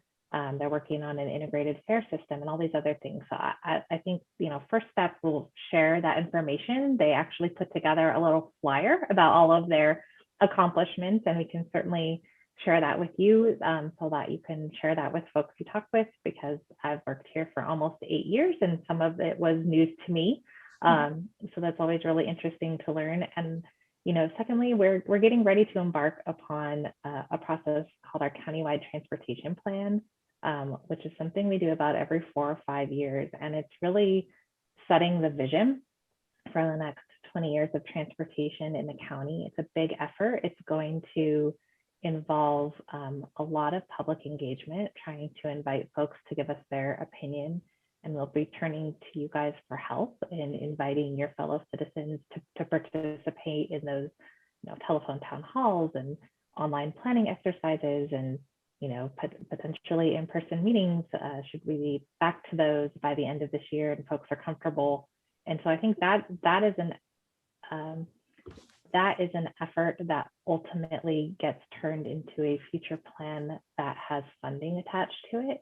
And so that's a really great way to help make your voice heard that transit is important and we need to support it, and we want to include it, and we want more of it, because that all rolls up through the regional and state, you know, planning efforts. And if it's not in a plan, it's hard to get it funded. So I think those are two really great immediate ways to start, and certainly happy to, you know, maybe come back to this committee with some future ideas as well.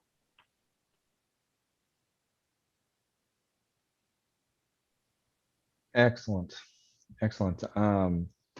Good questions. I am not going to insult you guys. I mean, I wrote down some observations, but honestly, you're so clever. I think a lot of this would be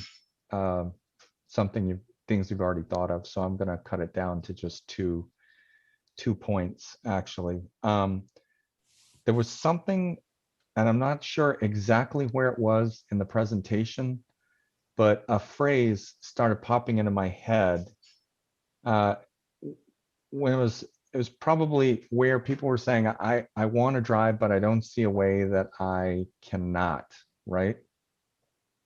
And what popped into my head was the phrase personal commute concierge, right? And the thing is, we get home, we don't want to spend, it's bad enough we have to like spend a couple hours looking for plane tickets or catching up with the stuff in our kids' school and stuff like that, which we don't have time to become experts on all of the commute options that might exist to us that we're unaware of in our own environment.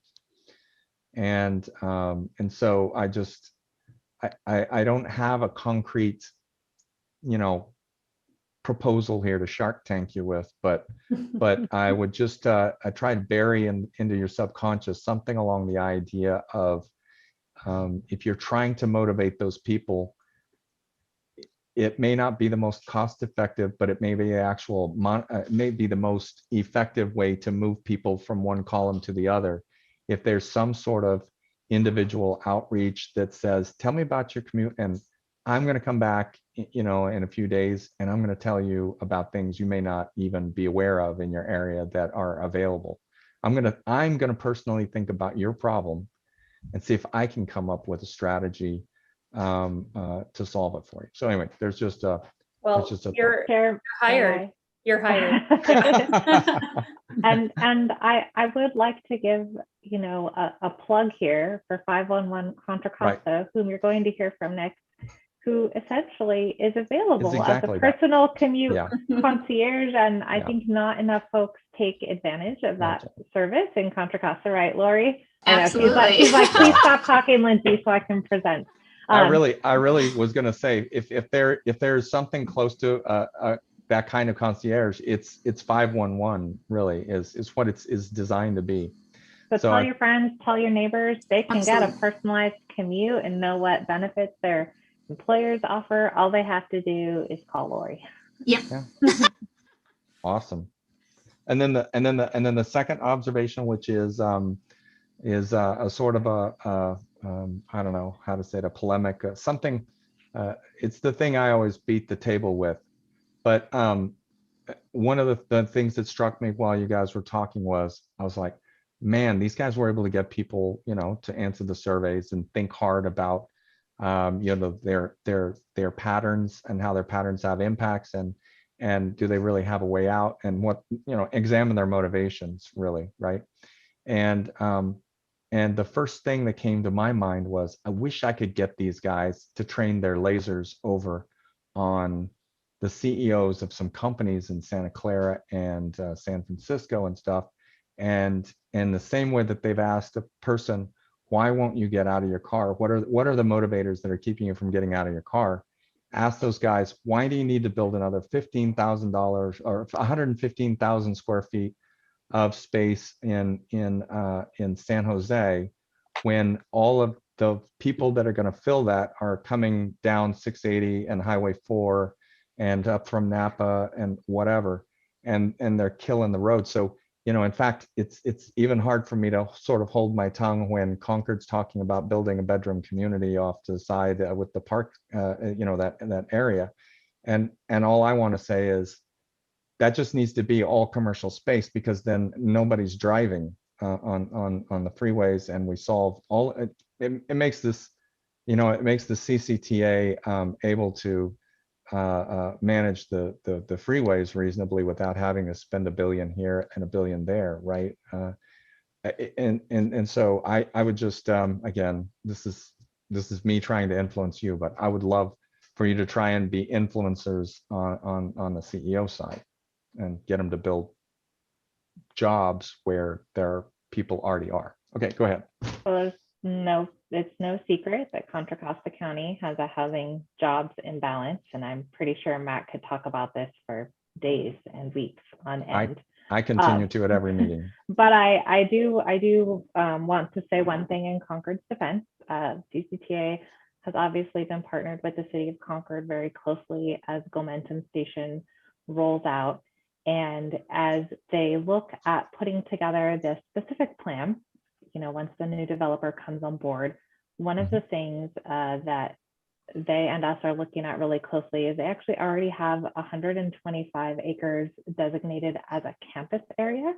And so we have been looking at different companies who could be partners in building that out into some sort of innovation zone or research center with a working lab, where these large companies who are already testing at Gomentum Station can locate units of their business that are doing testing at Gomentum Station, and to attract some other businesses. I think there's a lot of synergy when you get a large anchor worldwide, known companies to land there. Others want to be part of that ecosystem, and they are very focused on that. And the county of Contra Costa, in and of itself, their economic development department is really looking at how they can try to woo some of these larger companies to come to Contra Costa, especially now that many of them are abandoning large single points of headquarters and starting their offices around. So I know that the northern waterfront area, Pittsburgh, Antioch,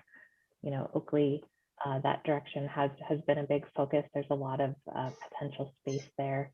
So there are efforts, and I think Brentwood, Tracy.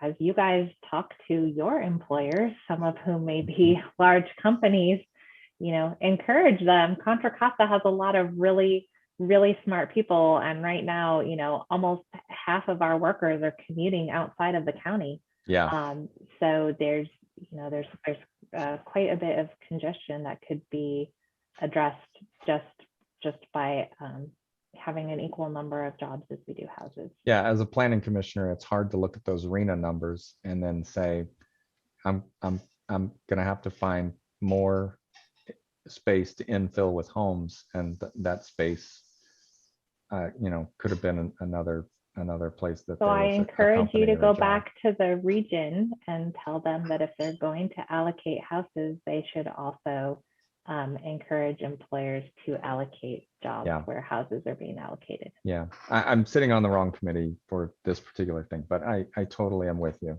Who knows what other roles I may end up involved with, but I appreciate you entertaining the question.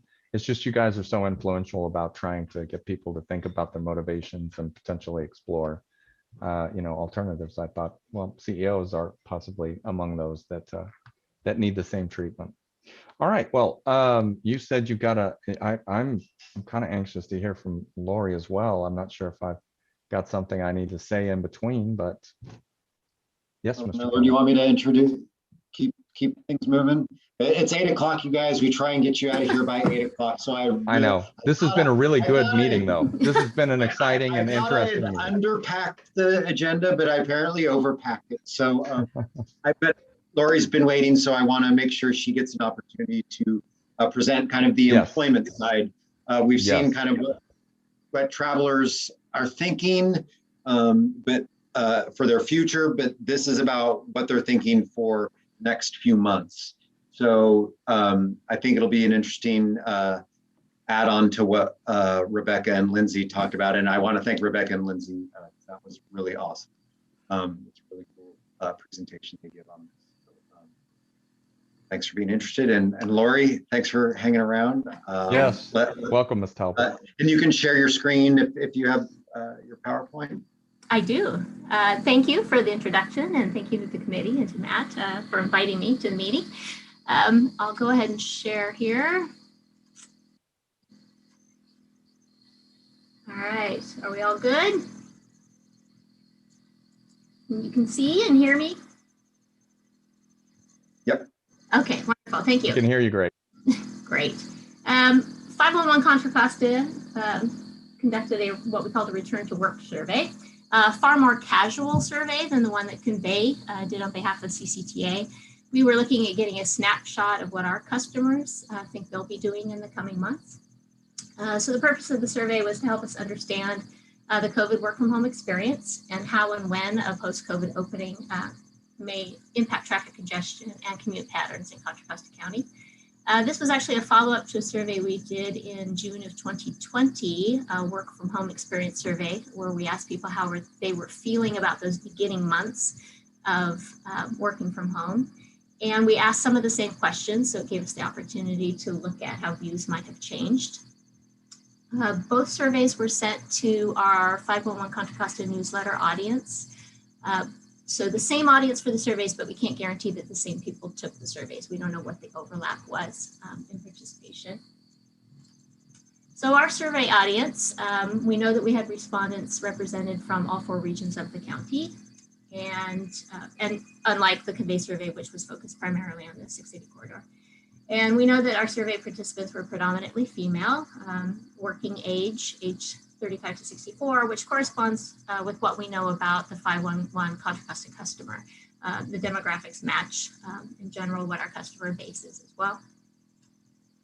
So I just wanted to share a few key takeaways. I promise I'll be brief. A few points that I thought were interesting. So satisfaction with work from home seems to have diminished somewhat, not significantly, but somewhat. In the most recent survey, 75% said they were either very satisfied or satisfied with the experience of working from home, compared to 81% in that first survey that we did. So a small drop in how people were feeling after what has been, I think, for some a very long year. So despite that decrease in satisfaction with working from home, 79% of our respondents want to continue working from home at least 1 day a week. And 59%, which is a pretty large number, want to work from home 3 or more days a week still. The number of respondents who said they don't want to work anymore from home did grow. It was originally 5% in that first survey, and it grew to 12%. So there is a small group that has kind of hit the end of their interest in continuing remote work. So this is what I found most fascinating. We asked those respondents who have already returned to work in some capacity, part-time or full-time, if they had considered or are considering changing jobs to one that would allow them to work from home permanently or more frequently. More than a third, 36%, said they have considered that. And I found that particularly interesting in light of a news article I read recently, a supposition that we are looking towards what some are coining a great resignation. A large number of resignations, higher than average, by people who are going back to work, and either because they delayed a decision going into COVID about a change in their occupation or about being ready to retire, they put that off because of economic conditions or uncertainty, and they may now be engaging in those changes now, or they may want to maintain the work-life balance that they've developed at home. And so there are some theories that there's going to be a large number of resignations coming in the future. This would suggest that people who are working from home feel very strongly about the right to continue working from home, something that employers might need to take into account. And certainly based on what we asked, the employers appear to be willing to continue to offer work from home. Just 17% of our respondents who know of their employer's plan say they expect to report to a work site full-time. 64% say they're expecting to split time between work and the office. Then we asked when people expect to be returning to work. So we are, of course, already seeing a traffic increase back to nearly pre-COVID levels at this point. And yet 44% of the people we surveyed said they don't anticipate returning to work until summer, either between June and August. And 29% said they expect to return to work in the fall. So we still have a large number of people who are going to be hitting the roadways soon, either part-time or full-time. We took a look too at how employees are changing the way they travel. So we asked people how they traveled before COVID to work and how they are traveling now or plan to travel. And I think the responses reflect what we're seeing and anecdotally what we're hearing. The survey showed a shift from transit to biking, walking, carpooling, and driving alone. The largest single shift when we looked was in people who say they use BART or the bus pre-COVID and intend to drive alone now, and that was 40% of those transit users who will be shifting to driving alone. And for those who have already returned to work at least part-time, we also asked them what roadways they'll be traveling. So 25% of our respondents expect to travel on the I-680 corridor in a return to work. Interesting, 23% selected other and then had the opportunity to put in what roadways they're traveling, and they were all local neighborhoods, city streets, and also the trail system. People cited using the canal trail, probably for biking or for walking. So those are the points that we were particularly interested in. There's a full report on our website, and we can also offer, in the same way that we can offer some concierge commute advice, we can also offer employers. We have a series of questions that we've prepared that we can customize a survey that an employer can give to their own employees to assess those employees' concerns or about safety of returning to work in COVID, how frequently they would want to return to work, if they are open to flexible work, to staggered schedules, to sharing workspaces.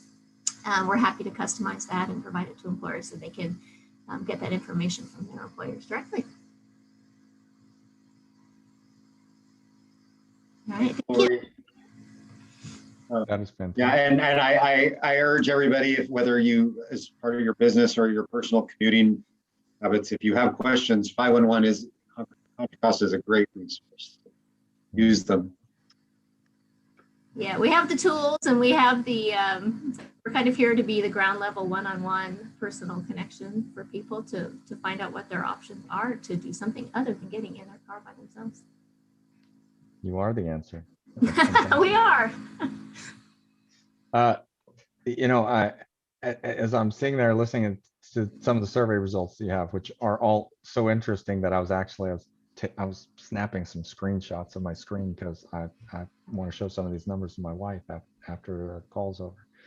But I thought another thing struck me. I wonder how much of the information sort of we don't see in the sense of there are many people, for example, at my employer, that when COVID finally began rolling on 4 months, and then longer.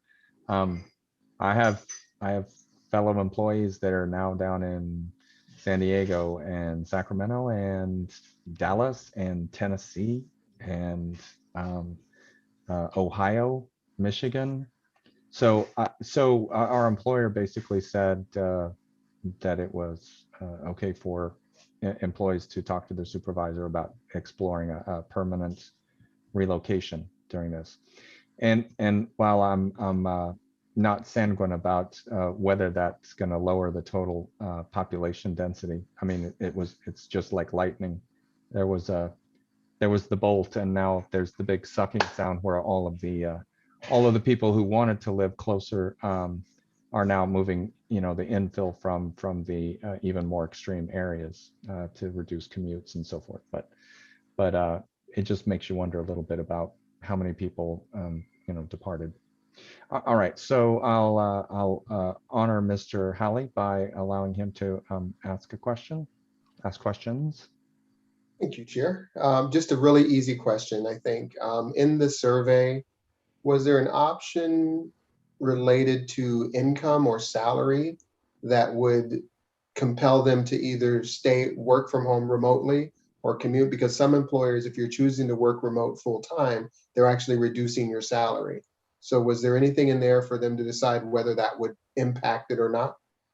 No, we did not ask any questions about what motivations would keep them employed or convince them to work from home or make them switch jobs.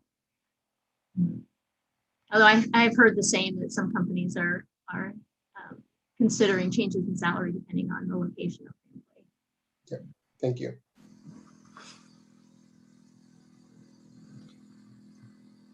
All right, others? Any questions?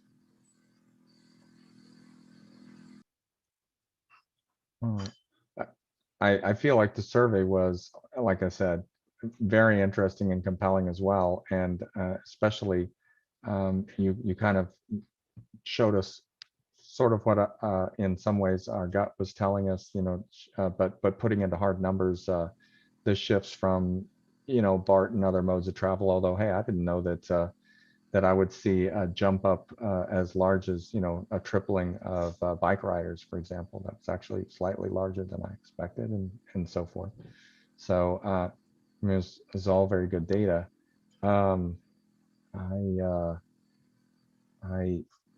think we did a minor disservice because we were asking so many questions earlier, but I just don't want you to come away with the impression that your data was any less exciting or vibrant. I like I said, I'm going to be talking about those numbers, showing those pictures. Not at all. Yeah, not at all. And again, the full report is on our website, so you might find some tidbits that you might find interesting as well. Yeah, and I know who to refer to as. I will now call you the personal commute concierge service of the Bay. Perfect. Okay. I'll take it. All right, we'll register that copyright for you. All right. Let's see if that concludes presentations. We can move on to some of the mundane activities that conclude these meetings. All right. Thank our presenters again very much. You delivered exactly the information that we had hoped for, and we've been pounding Matt about the Head and Shoulders for. That was Matt. That was right on target. Thank you so much for drumming all that up for us. All right, so let's see. I believe I should ask if there are any comments from the public at this time on that agenda item. And it looks like we've scared all of them off, or they're not interested in asking questions, so we will move on. Next item on the agenda, now we're truly in the mundane weeds.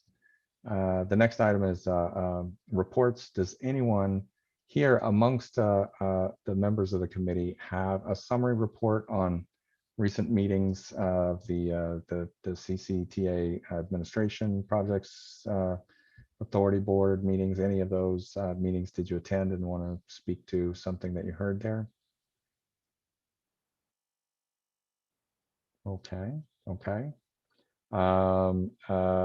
Moving again on, next on the agenda is member and staff comments. Does anyone want to make any remarks, or have seen something recently in the news that you feel is worthy of the committee's attention? Mr. Halley. We've all seen it this morning. Thank you, Chair. I just want to acknowledge the tragedy over at VTA and just acknowledge that, you know, they're a sister agency, and it's just horrific. And I think we should all, you know, just acknowledge what's happened and send our condolences that way. Yeah, absolutely. I echo your words completely. Those are just people that go to work trying to help everybody else get to their work. I mean, it's a tragic loss because they're helpers in the community, and it hurts to lose even one. Any other observations? Thank you very much, Mr. Halley, for that. All right. Then in that case, let's see, next is correspondence communications.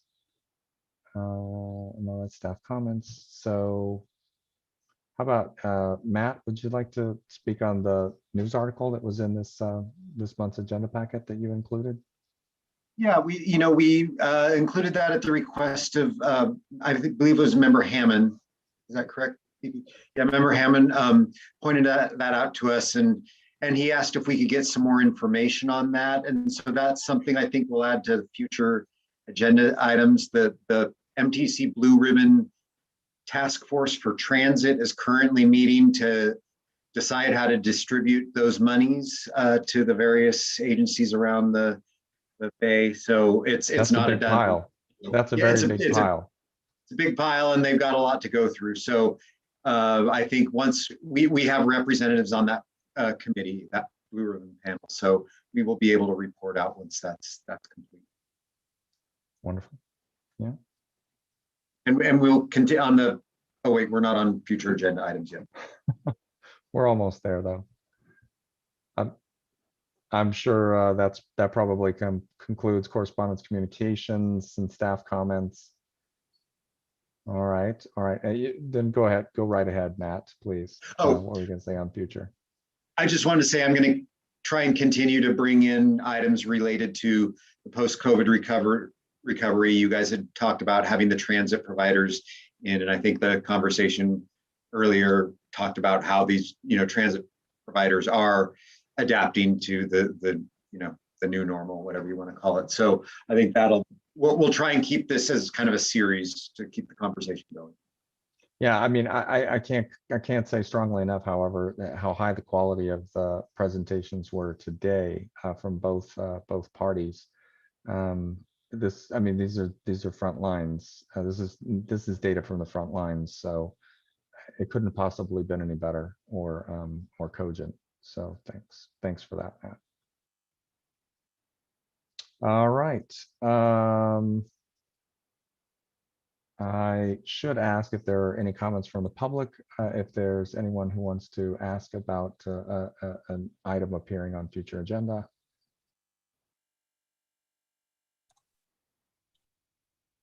Miller, we do have a hand from committee member Halley. Oh, I'm so sorry, Mr. Halley, please. That's all right. I snuck it up when you were talking. So thank you, Chair. One of the things I wanted to ask about, I don't know if it was on a prior agenda or not, and I just happened to see it locally in Brentwood.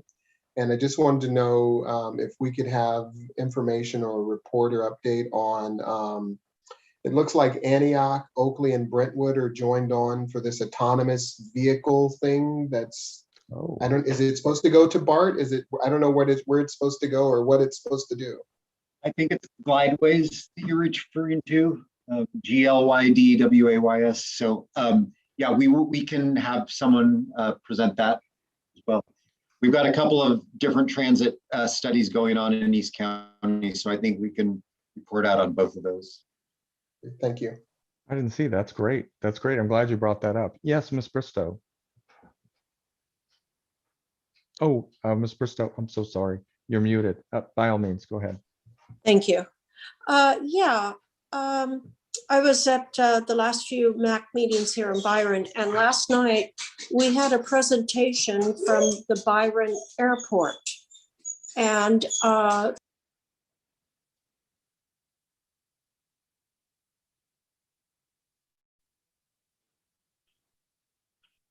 I believe,